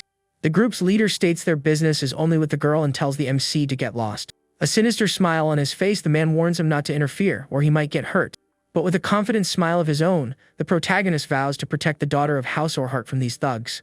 He steps in front of the girl, facing down the henchmen and declaring he won't let them lay a hand on her. The leader of the thugs scoffs at the boy's bravery, cynically praising his nobility. Then he sneers that the young master should have thought twice before getting involved. With that, the henchmen ready their weapons, making it clear they are not playing around. Charlotte whispers that she left her sword behind, but the MC tells her not to worry. The boy sees this as the perfect opportunity to test out his new shadow cloak technique. Without hesitation, the four thugs rush the surrounded young pair simultaneously. But Dale activates his cloak, unleashing a wave of dark energy that hits all the enemies at once. Seeing this, the leader of the thugs panics, screaming desperately for his men to dodge. The protagonist recognizes the leader as a high-level thief due to his quick reaction. But even so, his men aren't fast enough and are engulfed by the wave of shadows. One of the henchmen panics, but it's far too late for him to escape the boy's attack. The cloak's new technique creates shadow parasites that swarm over and infect the fallen targets. Stunned, the leader of the thugs can only watch, unable to comprehend what just happened. The bodies of his fallen men begin to twist and contort, mutating into something monstrous. Suddenly, one of the henchmen lurches to its feet as a zombie, letting out a terrifying shriek. The other thugs are horrified, recognizing the creature as a ravenous, hungry undead. The leader orders them to attack and destroy the creature before it can cause more chaos. Furious, the chief of the thieves declares that it doesn't matter if he's the Duke's son, he will eliminate him. Then, several more assassins emerge from the shadows, rushing the protagonist all at once. The leader uses an assassination technique infused with aura, launching a volley of daggers at the boy. With a determined look, the MC uses his shadow cloak to shield himself from the projectiles. The thieves' chief then leaps forward for a final attack, but the protagonist has a surprise for him. The boy forms a magic circle and unleashes a double-barreled shotgun spell on his enemy. The attack hits the leader squarely, the sheer force of the magic blasting him backward. From her hiding spot, Charlotte watches the fight with a worried expression, calling out Dale's name. The undead monster then lunges forward, attacking one of the remaining thugs with its sharp claws. The leader of the thieves struggles to his feet, wounded, and the MC notes the resilience of aura users. Despite his injuries, the chief declares it's not over and prepares to continue the fight. With a roar of rage, the chief charges, but the protagonist unleashes another attack with his cloak. The undead monster then charges, tearing into the other henchman with its razor-sharp claws. Famished, the shadow creature attacks without mercy, demonstrating its true, terrifying power. Dale then makes his way over to Charlotte, who is sitting on the ground, still shaken by the ordeal. He asks if she's okay, and the girl just nods, still too stunned to speak. The last surviving henchman tries to make a run for it, but the protagonist stops him with an ice bullet. The thief screams in agony as the MC freezes him in place, ensuring he can't escape. Desperate, the man pleads to be saved, and the boy orders the shadow creature to stand down. The henchman promises to tell him everything he knows if the young master will just spare his life. With a fake smile, the thief offers to spill everything, but the protagonist isn't interested. Without a moment's hesitation, the MC fires another ice bullet, finishing off the last enemy for good. A cold look in his eyes, the protagonist states that he's not particularly interested in what he has to say. He turns back to Charlotte, who looks at him with a mixture of admiration and fear. A serious expression on his face, the boy approaches her, and the young swordswoman flinches slightly. The MC explains that this is the true power of House Saxon, and that he will wield it to protect her. He asks how she feels, seeing this power up close, and whether she is afraid of what she saw. The girl admits she is a little scared, but that it's alright because he was protecting her. With a small smile, young Charlotte says he fought to keep her safe, and for that she is grateful. Kneeling, the girl makes a new vow, promising to become the sword that will fight by his side. A determined smile on her face, she thanks him for showing her what her future could mean. The protagonist listens to the girl's words with a serious, thoughtful expression, contemplating the future. He realizes her promise holds a much deeper meaning than he had initially imagined.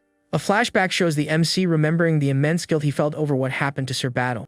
Back then, he had been forced by the Empire to eliminate a good and honorable man. Now, the protagonist extends a hand to that very man's daughter, welcoming her into his home. Charlotte's decision to become his sword is a pivotal step for both of their futures.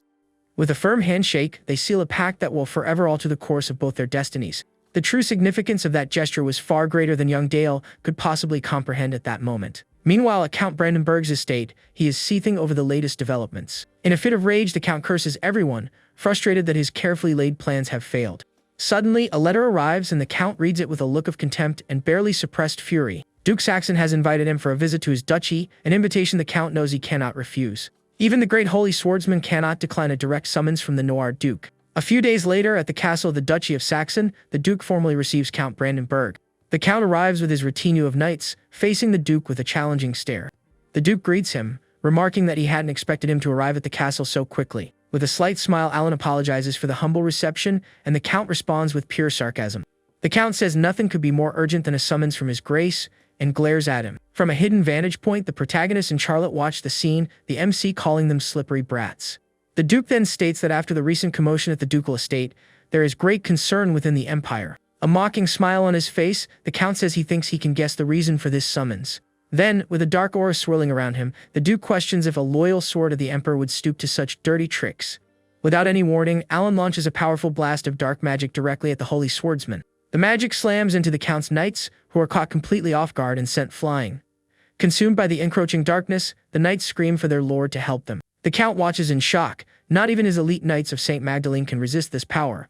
A grave expression on his face, the Holy Swordsman recognizes the strength of this dark, potent magic. The Duke then reveals the spell's name in advanced dark magic known as Voidstorm. With absolute authority, Alan then commands the great Holy Swordsman to kneel before him. The Count shouts, questioning his audacity, but the Duke silences him, telling him to listen very carefully.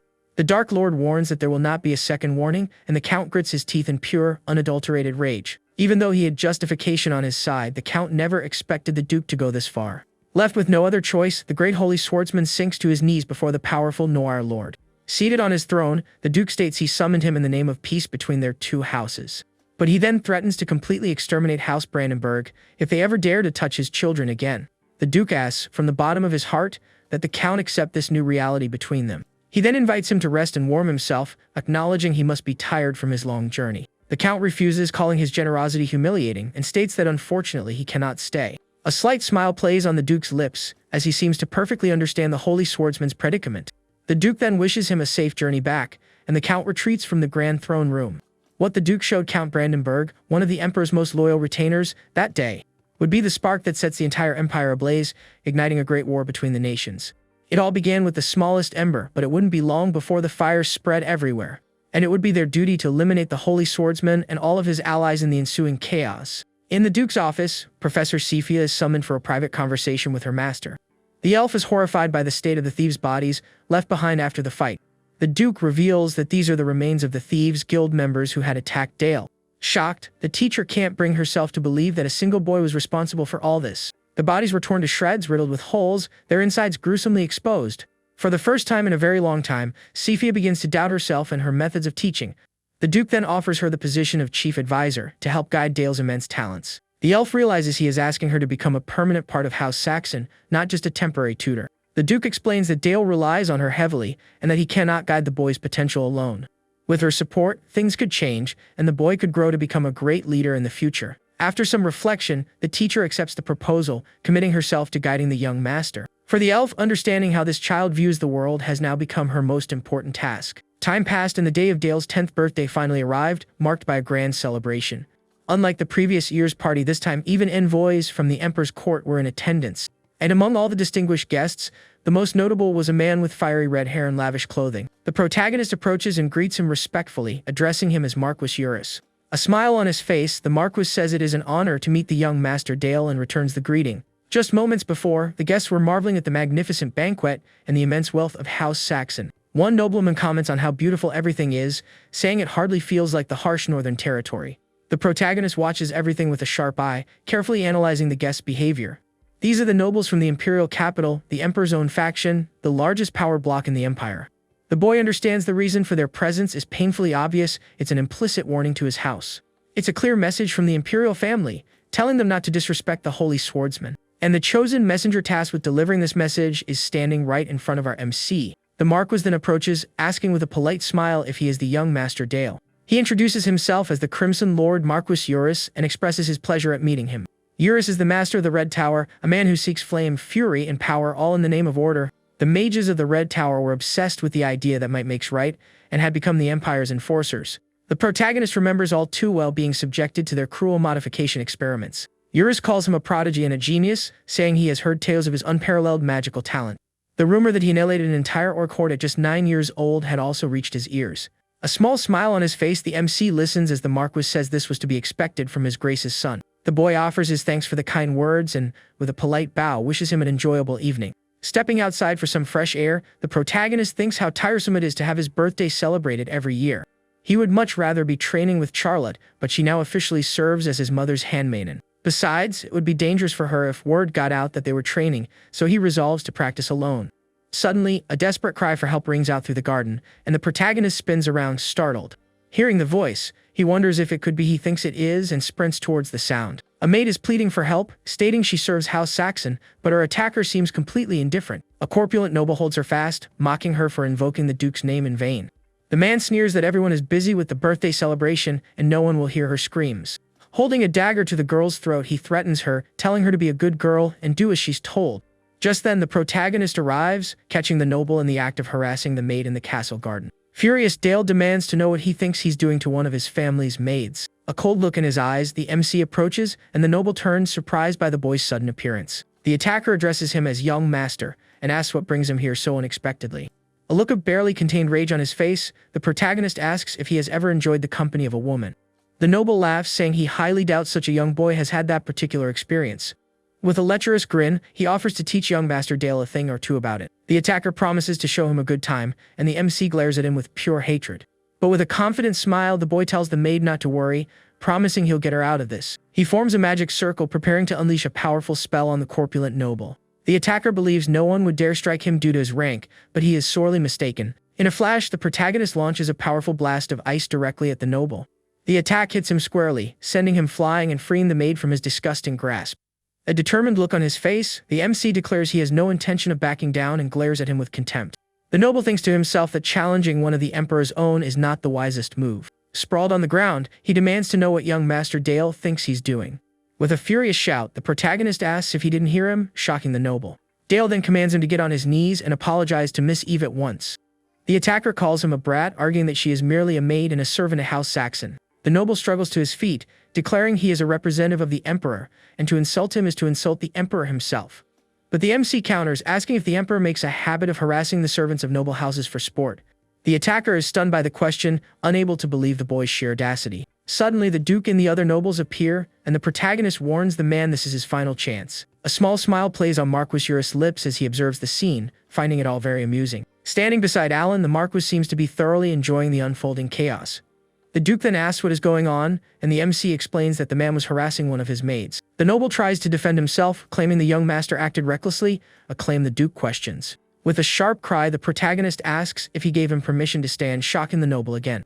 Dale states that the guests from the capital are here to act on the Emperor's behalf, and the man agrees. But this man, he continues, tried to tarnish His Majesty's name by harassing a simple maid. For that reason, the boy could not stand by and allow Lord Petro's shameful conduct to go unpunished. A small smile on his face, Marquis Eurus calls him a clever young man and continues to watch the scene. Eurus agrees with the boy, stating that he is speaking the truth of the situation. He then approaches the fallen noble, reprimanding him for stooping to such a low level. A malicious smile spreads across Marquis Eurus' face as he conjures a flame on his fingertips and utters the word, burn. The fallen noble panics at the sight of the fire magic, and Eurus calls him a filthy insect. Desperately, the man tries to flee, but it's far too late for him to escape the Marquis's attack. A dark look in his eyes, Eurus unleashes a powerful wave of fire that consumes the noble's body. The attack hits the aggressor full on, and he is completely engulfed in the intense flames. The man screams in agony as his body is consumed by the fire, and the protagonist watches impassively. The Marquis then states that the boy spoke the truth, and it is his duty to purge those who insult the Empire. With a chilling smile, he says he looks forward to seeing young Master Dale's future and approaches him. The MC meets his gaze with a serious, thoughtful expression, contemplating the party's dramatic events. With the end of the commotion, the Emperor's people take their leave, and peace returns to House Saxon. The next morning, the maid Eve comes to wake young Master Dale in his room as usual. The boy wakes up groggily, and the maid tells him it's time to get up and start the day. A bashful look on her face, the girl thanks him for waking her, which confuses the MC. He asks if there's something she wants to say, and the maid thanks him for saving her life. Eve says it is an honor for someone like her to serve such a kind and noble master.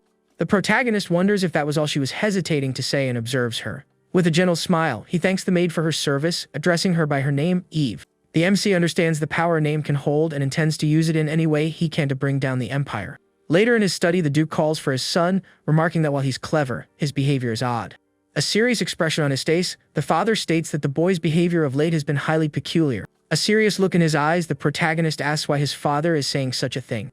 The Duke reveals that if the hero from another world hadn't been eliminated, the Duchy of Saxon would have been the next target. A look of deep regret on his face, the MC's father laments the situation, a revelation that surprises the boy. Dale then declares that to be a blasphemous assertion, and the Duke eyes him with suspicion. His father questions how he can be so certain, and the boy prepares to give his answer. The MC reveals he learned of the Empire's conspiracy against House Saxon during his past life. The Empire discarded the hero because they feared what would happen if he ever turned against them.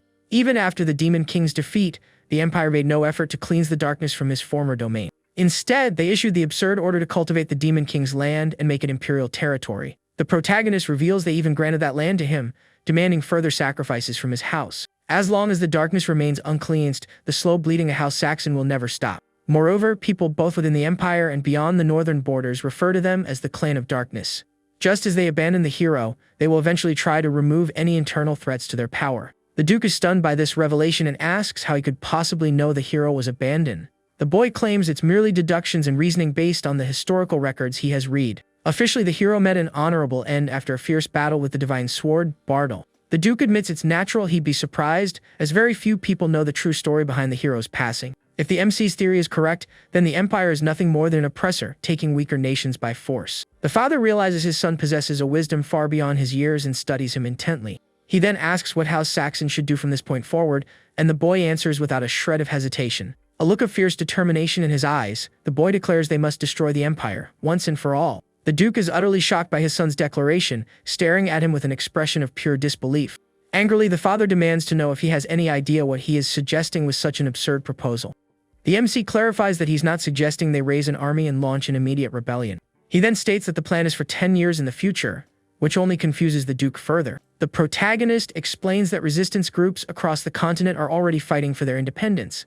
There are vassals, like the Duke himself, who live in constant fear that the Empire will turn on them at any moment.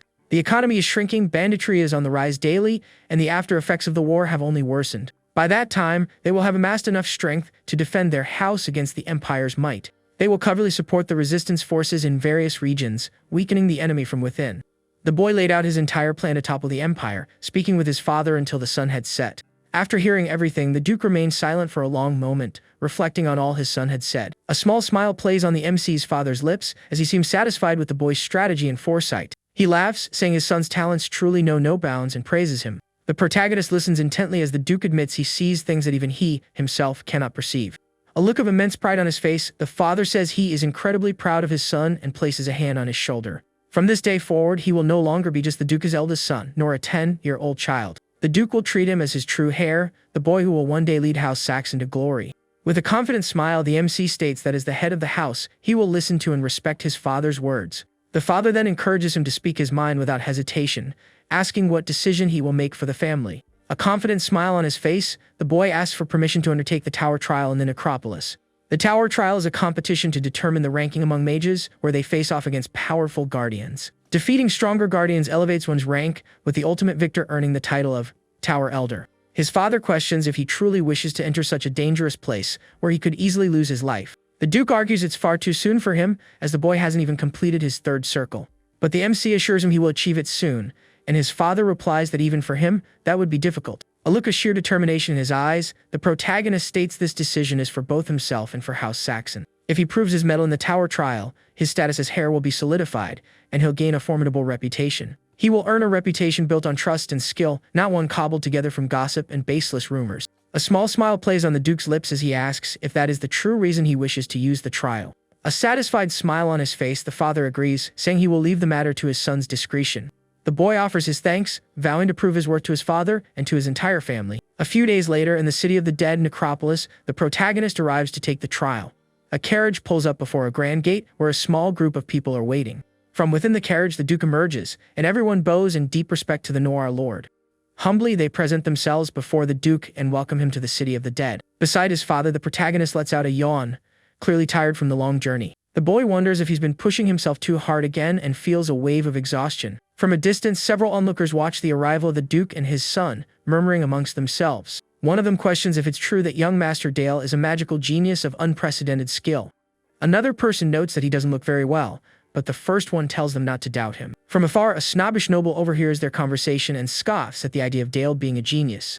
He introduces himself as Velik, the top graduate of the academy, and vows that he will be the one to win the trial. Alongside his father, the protagonist approaches the Tower Master, and they exchange greetings.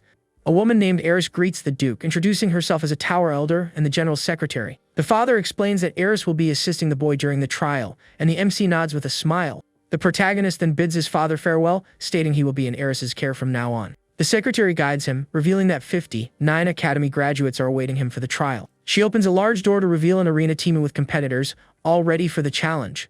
The The protagonist surveys his numerous opponents, steeling himself for the start of the tower trial. Eris introduces herself to the assembled mages as the tower elder and the trial's general supervisor. She then begins to explain the first trial of the Noir Magic Tower, holding up a necklace. The trial is a battle royal, where each necklace contains a shield spell and represents 1 life point. When a competitor is struck by a valid hit, their necklace activates the shield and then shatters. The attacker gains an additional life point, and any participant who reaches 3 points advances to the next floor. Finally, anyone caught using artifacts will be disqualified for cheating. The MC finds the rules quite efficient.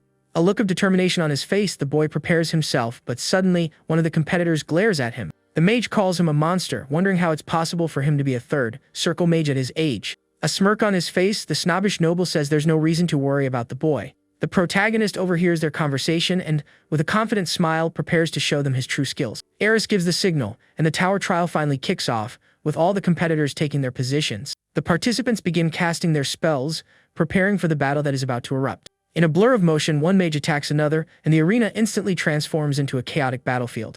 Dale takes advantage of the confusion, using his necromancy to reanimate the bodies of the fallen. One of the corpses lurches to its feet as a zombie and attacks a terrified competitor.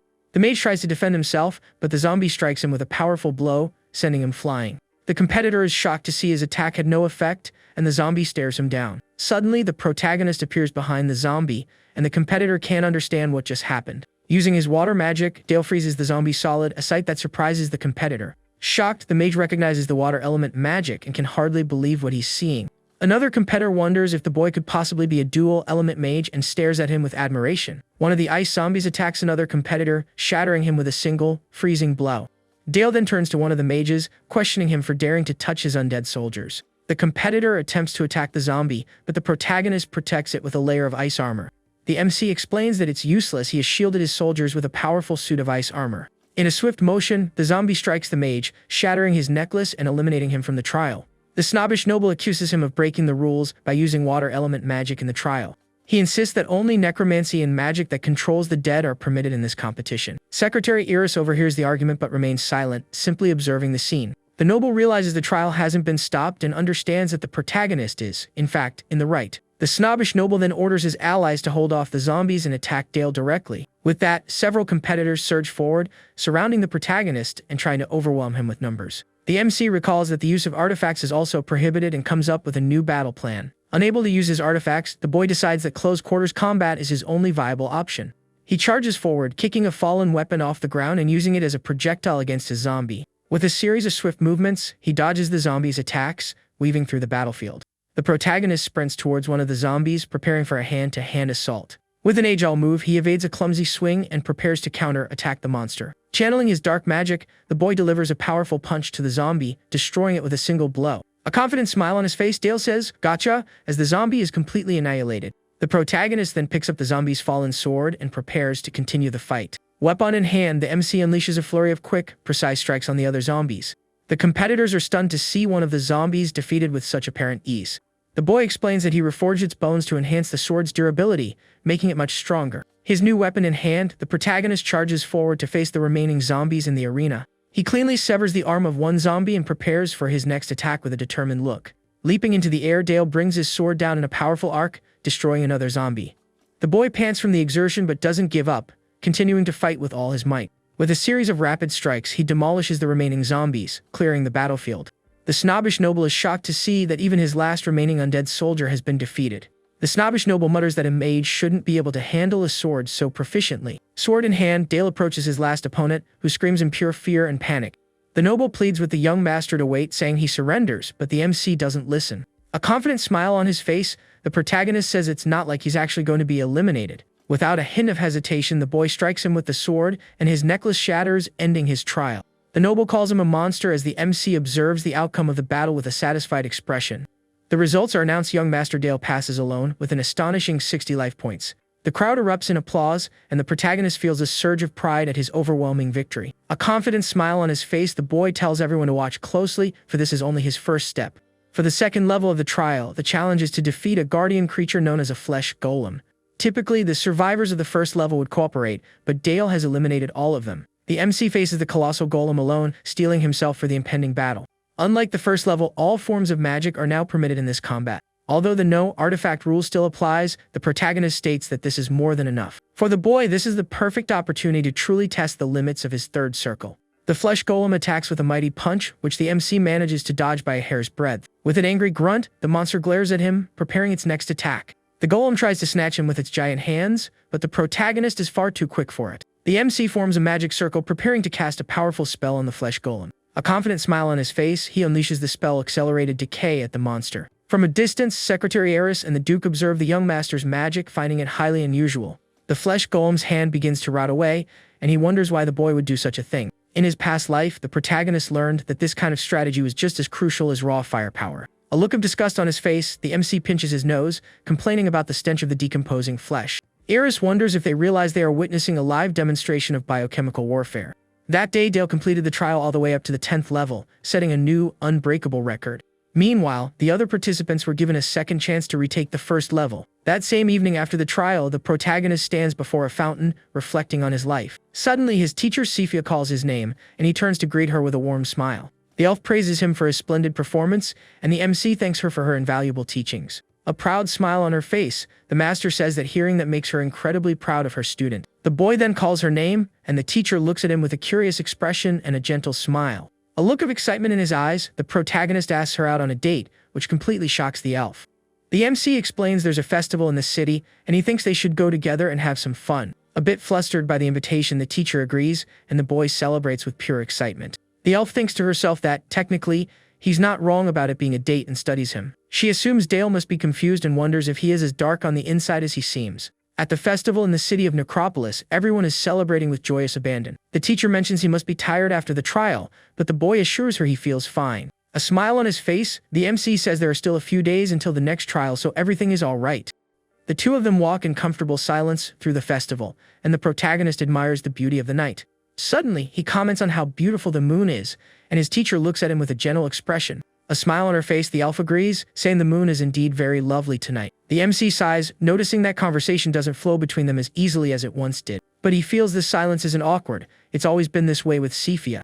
Perhaps it's because she believed in him from the very beginning, but he feels a strong desire to be closer to her. A few days prior, on the day he reached his third circle, he finally understood what Sephia had meant. To truly confront his inner world, he had to push past his limits and transcend the second circle. He had to overflow his mana capacity, enduring the overwhelming energy in order to evolve. Only by withstanding the furious, raging mana could he achieve his third circle of power.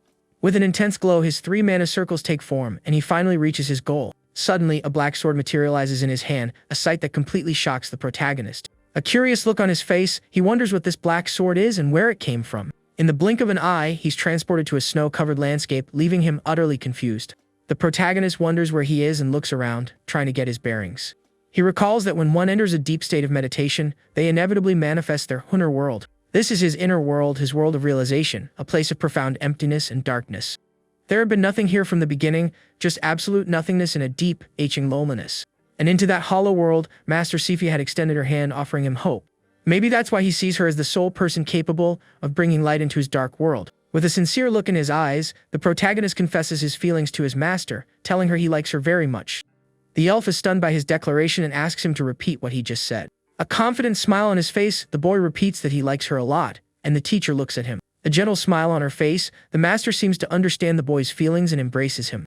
In a tender moment, she holds him close, telling him she also likes him very much as her student. The MC hugs her back, thinking that living a second life certainly has its perks. He thanks his master for her kindness, and the two of them enjoy the moment together at the festival. A few days later, the protagonist is on the 11th level of the trial, reflecting on his life. He laments his lack of progress with Sephia, suspecting she still sees him as just a child. The boy decides to focus on the exam and put romance on the back burner. His revenge is more important. The trial's format is a one-on-one magical duel, with the victor advancing to the next level. His opponent introduces himself as Albert Rosenheim, a third circle master, and glares at him. A small smile on his face, the protagonist observes him, and Albert tells him not to expect an easy fight. The 11th level permits the use of all types of artifacts and mage strategies. With the artifact restrictions lifted, the boy states he no longer has to hold back and intends to crush him. The duel commences and the MC prepares for battle with a determined expression.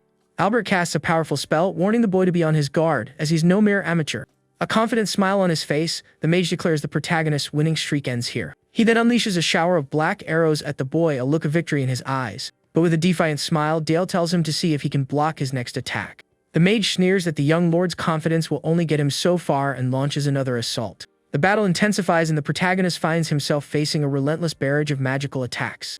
In a fluid motion, the boy uses his cloak to shield himself from the wave of dark energy. Dale realizes that launching an attack before the duel had even officially started is cheating. But since there's no signal to stop the fight, he understands the judges are curious to see his abilities. A look of disgust on his face, the MC mutters that this is exactly why he can't stand the mages of this tower. Albert seizes the opportunity and prepares to summon his creations to attack the protagonist. With a sharp command, he summons his minions, ordering them to swear eternal obedience to him. The protagonist finds the chant utterly ridiculous and feels second-hand embarrassment just watching. But he has to admit Albert's skill is a cut above that of the novices he faced earlier. Albert's minions charge forward, and the protagonist nimbly dodges their attacks. The mage mocks him, asking how long he plans to keep dodging and running away. One of the minions swings an axe at him, but the MC manages to evade it at the very last second. A determined look on his face, the protagonist prepares his counter-attack and faces his opponent. The boy then uses his magic to erect a barrier, shielding himself from the minions' attacks. A smirk on his face, Albert asks if that's all he has to show for himself in this battle. The mage then orders his minions to self-destruct, a command that shocks the protagonist. The massive explosion of dark energy engulfs the boy, the sheer force of it blasting him backward. A victorious smile on his face, Albert declares that the victory is his and peers into the smoke. But as he looks closer, he realizes something is wrong and that the duel is far from over. Albert wonders when the boy got over there, and where he could have possibly gone during the explosion. Suddenly, the protagonist appears behind him, questioning if cheating against a child isn't a bit cowardly. The mage spins around, startled, and demands to know where on earth the boy was and how he escaped. A small smile plays on the MC's lips as he notes how confused he looks and faces him with a challenging gaze. The boy compliments his surprise attack but says he's still a long way from being able to defeat him. A look of pure hatred on his face, Albert prepares for another attack, and the protagonist watches him. Suddenly, the creature from the shadow cloak begins to whisper hungrily in his mind. With a permissive smile, the MC allows the creature to attack, and it manifests in a terrifying form. He tells it to go ahead but warns it not to get carried away, and the creature lunges at Albert. From a distance, the other mages watch the scene in horror, terrified by the power of the shadow creature. The monster attacks Albert, sinking its sharp teeth into him, causing him to scream in pain and panic. The boy remarks that it seems the creature got a little too excited due to its hunger. Albert begs him to spare him, but the protagonist ignores his pleas, watching with an amused smile. With a sharp command of down, the MC orders the creature to release the mage and let him go. Lying defeated on the ground, Albert is declared the loser, and Dale the victor of the duel's first round. A confident smile on his face, the protagonist prepares for the next challenge and calls for the next mage. But his next opponent immediately surrenders, saying he wants to live and refuses to fight him. A small smile on his face, the MC advances to the third round, and the competition continues. From that point on, Dale automatically advanced in every match, except for one that required actual combat. After that, he refined and perfected his 3 circles, defeating each guardian one after the other. When he reached the 20th level, a truly worthy opponent finally appeared before the protagonist. The guardian of that floor was the Headless Horseman, mounted on his skeletal steed. Personally created by the Elder of the Black Tower, the horseman was an unparalleled foe. A confident smile on his face, the MC prepares for battle, thinking that predictable things are boring. He then channels his magic, preparing to face the Headless Horseman in a proper duel. The protagonist and the guardian face off, and the battle is about to begin in the arena. The spectators are stunned by the scene, wondering what in the world is happening. Suddenly, the Headless Horseman dismounts from his horse and kneels before the boy. The guardian bows its head in respect, a completely unexpected move that shocks everyone present. The MC observes it, and in his inner world, he once again finds himself facing the Headless Horseman. In a landscape of snow and ice, the two face each other, and the protagonist gives an order. With a sharp command to unend yourself, the horseman obeys and self-destructs. The guardian shatters into countless pieces, and the boy watches with a serious expression. He wonders how a mere creation could abandon its role as a guardian to swear loyalty to him. A look of surprise on his face, the protagonist says, "Coops," realizing he may have gone a bit too far. The audience stares at him in shock, and the MC feels a little embarrassed by the situation. He understands they're stunned that a creation would betray its own master to pledge loyalty to him. The boy feels he's proven enough and decides it's time to head back and conclude the trial. The spectators demand to know where he's going as the MC turns towards the exit. The protagonist knows that even if he could continue, there is a line he must not cross. If he were to ascend any higher, he would become something unknown, and with that, Dale's trial came to an end. With the conclusion of the tower trial, news of his incredible feats spread far and wide. The entire Black Tower paid homage with military precision to the arrival of their new tower master. Not just the noble houses of Saxon, but every mage in the Black Tower bowed their heads to him. Fueled by Dale's overwhelming achievements, the entire northern region slowly began to rally under his leadership. In the Northern Empire, within the Duchy of Saxon, the battle against the monsters raged on without respite. Uncle Helmet fights bravely against the enemies, protecting the territory with his mighty spear. A determined look on his face, he charges forward, demonstrating his strength and skill as a sword master. The knights cry out for young Lord Dale and for House Saxon as they surge into battle. After completing the tower trial, the protagonist was given command of the campaign against the orc horde. Uncle Helmet smashes his enemies with his warhammer, showcasing his raw power on the battlefield. It was an absurdly heavy responsibility for a 10-year-old child, but he accepted it without question. As the legitimate heir of the Black Duke, he gradually began to unite the entire northern region. A confident smile on his face, the boy prepares for yet another battle, leading his troops from the front. Back at the castle, the Duke receives a report that they have eliminated 145 orcs. The father then inquires about the cavalry's losses, and the boy reports that they were minimal. Uncle Helmet asks if he used magic to protect them, but the MC denies it with a serious look. The protagonist states it was solely thanks to the skill of House Saxon's swords, and the Duke smiles. A look of pride on his face, the father praises his son's excellent work and congratulates him on the victory. The uncle remarks that the young lord has already grown accustomed to commanding a cavalry unit. Uncle Helmet had been teaching him swordsmanship, strategy, tactics, and the art of war from a very young age. At this rate, the day he commands his own territory in a full-scale war is not far off. A small smile on his face, the protagonist says that a new stage is always welcome. On a training field, young Charlotte charges with a war cry, attacking Dale. The two exchange sword blows at a dizzying speed, the intensity of their duel surprising. A determined look on her face, the girl channels her aura to strengthen her attacks, putting pressure on the MC. In a swift, precise move, she attempts to strike him, but the protagonist manages to defend. The two are locked in a stalemate, their mutual skill with a sword truly impressive. In a fluid motion, the boy disarms her, sending her sword flying away in the middle of their training. The protagonist nimbly dodges her attacks, and the battle becomes increasingly fierce. A serious look on his face, Dale prepares for the next attack, and the girl looks at him with admiration. The MC compliments the young swordswoman on her improvement, and she looks at him with a defiant gaze. The girl retorts that he talks as if it's someone else's problem, and the protagonist laughs. She reminds him he's already a third circle mage and has cleared the 20th level of the tower trial. Since then, everyone only ever talks about him, and she asks if he isn't tired of all the attention. With a smile, the boy tells her not to worry, assuring her that she will also grow stronger. He encourages her, saying that Charlotte will also grow to become a great swordswoman. The girl gets a bit flustered and tells him not to treat her like a little kid. The protagonist points out that she is in fact a kid, and the young swordswoman glares at him angrily. She then accuses him of being a kid too, a comeback that leaves the MC speechless. With a confident smile, the protagonist declares that he's already an adult, which embarrasses the girl. Later, Uncle Helmet summons young Lord Dale for another lesson in strategy. The knight sits with the boy, preparing for the day's lesson on the tactics of war. He reveals that in today's lesson, the MC will be learning the hammer and anvil tactic. The uncle explains that when cavalry forces are deployed on one or both sides of a formation, the cavalry breaks through the enemy's flank to encircle them, while the infantry holds off the counter-attack. This is the hammer and anvil tactic, so named because like striking metal on an anvil with a hammer. The protagonist reflects that no matter the world, the fundamental nature of warfare never really changes. Suddenly, Uncle Helmet calls his name, asking how Charlotte's training is progressing.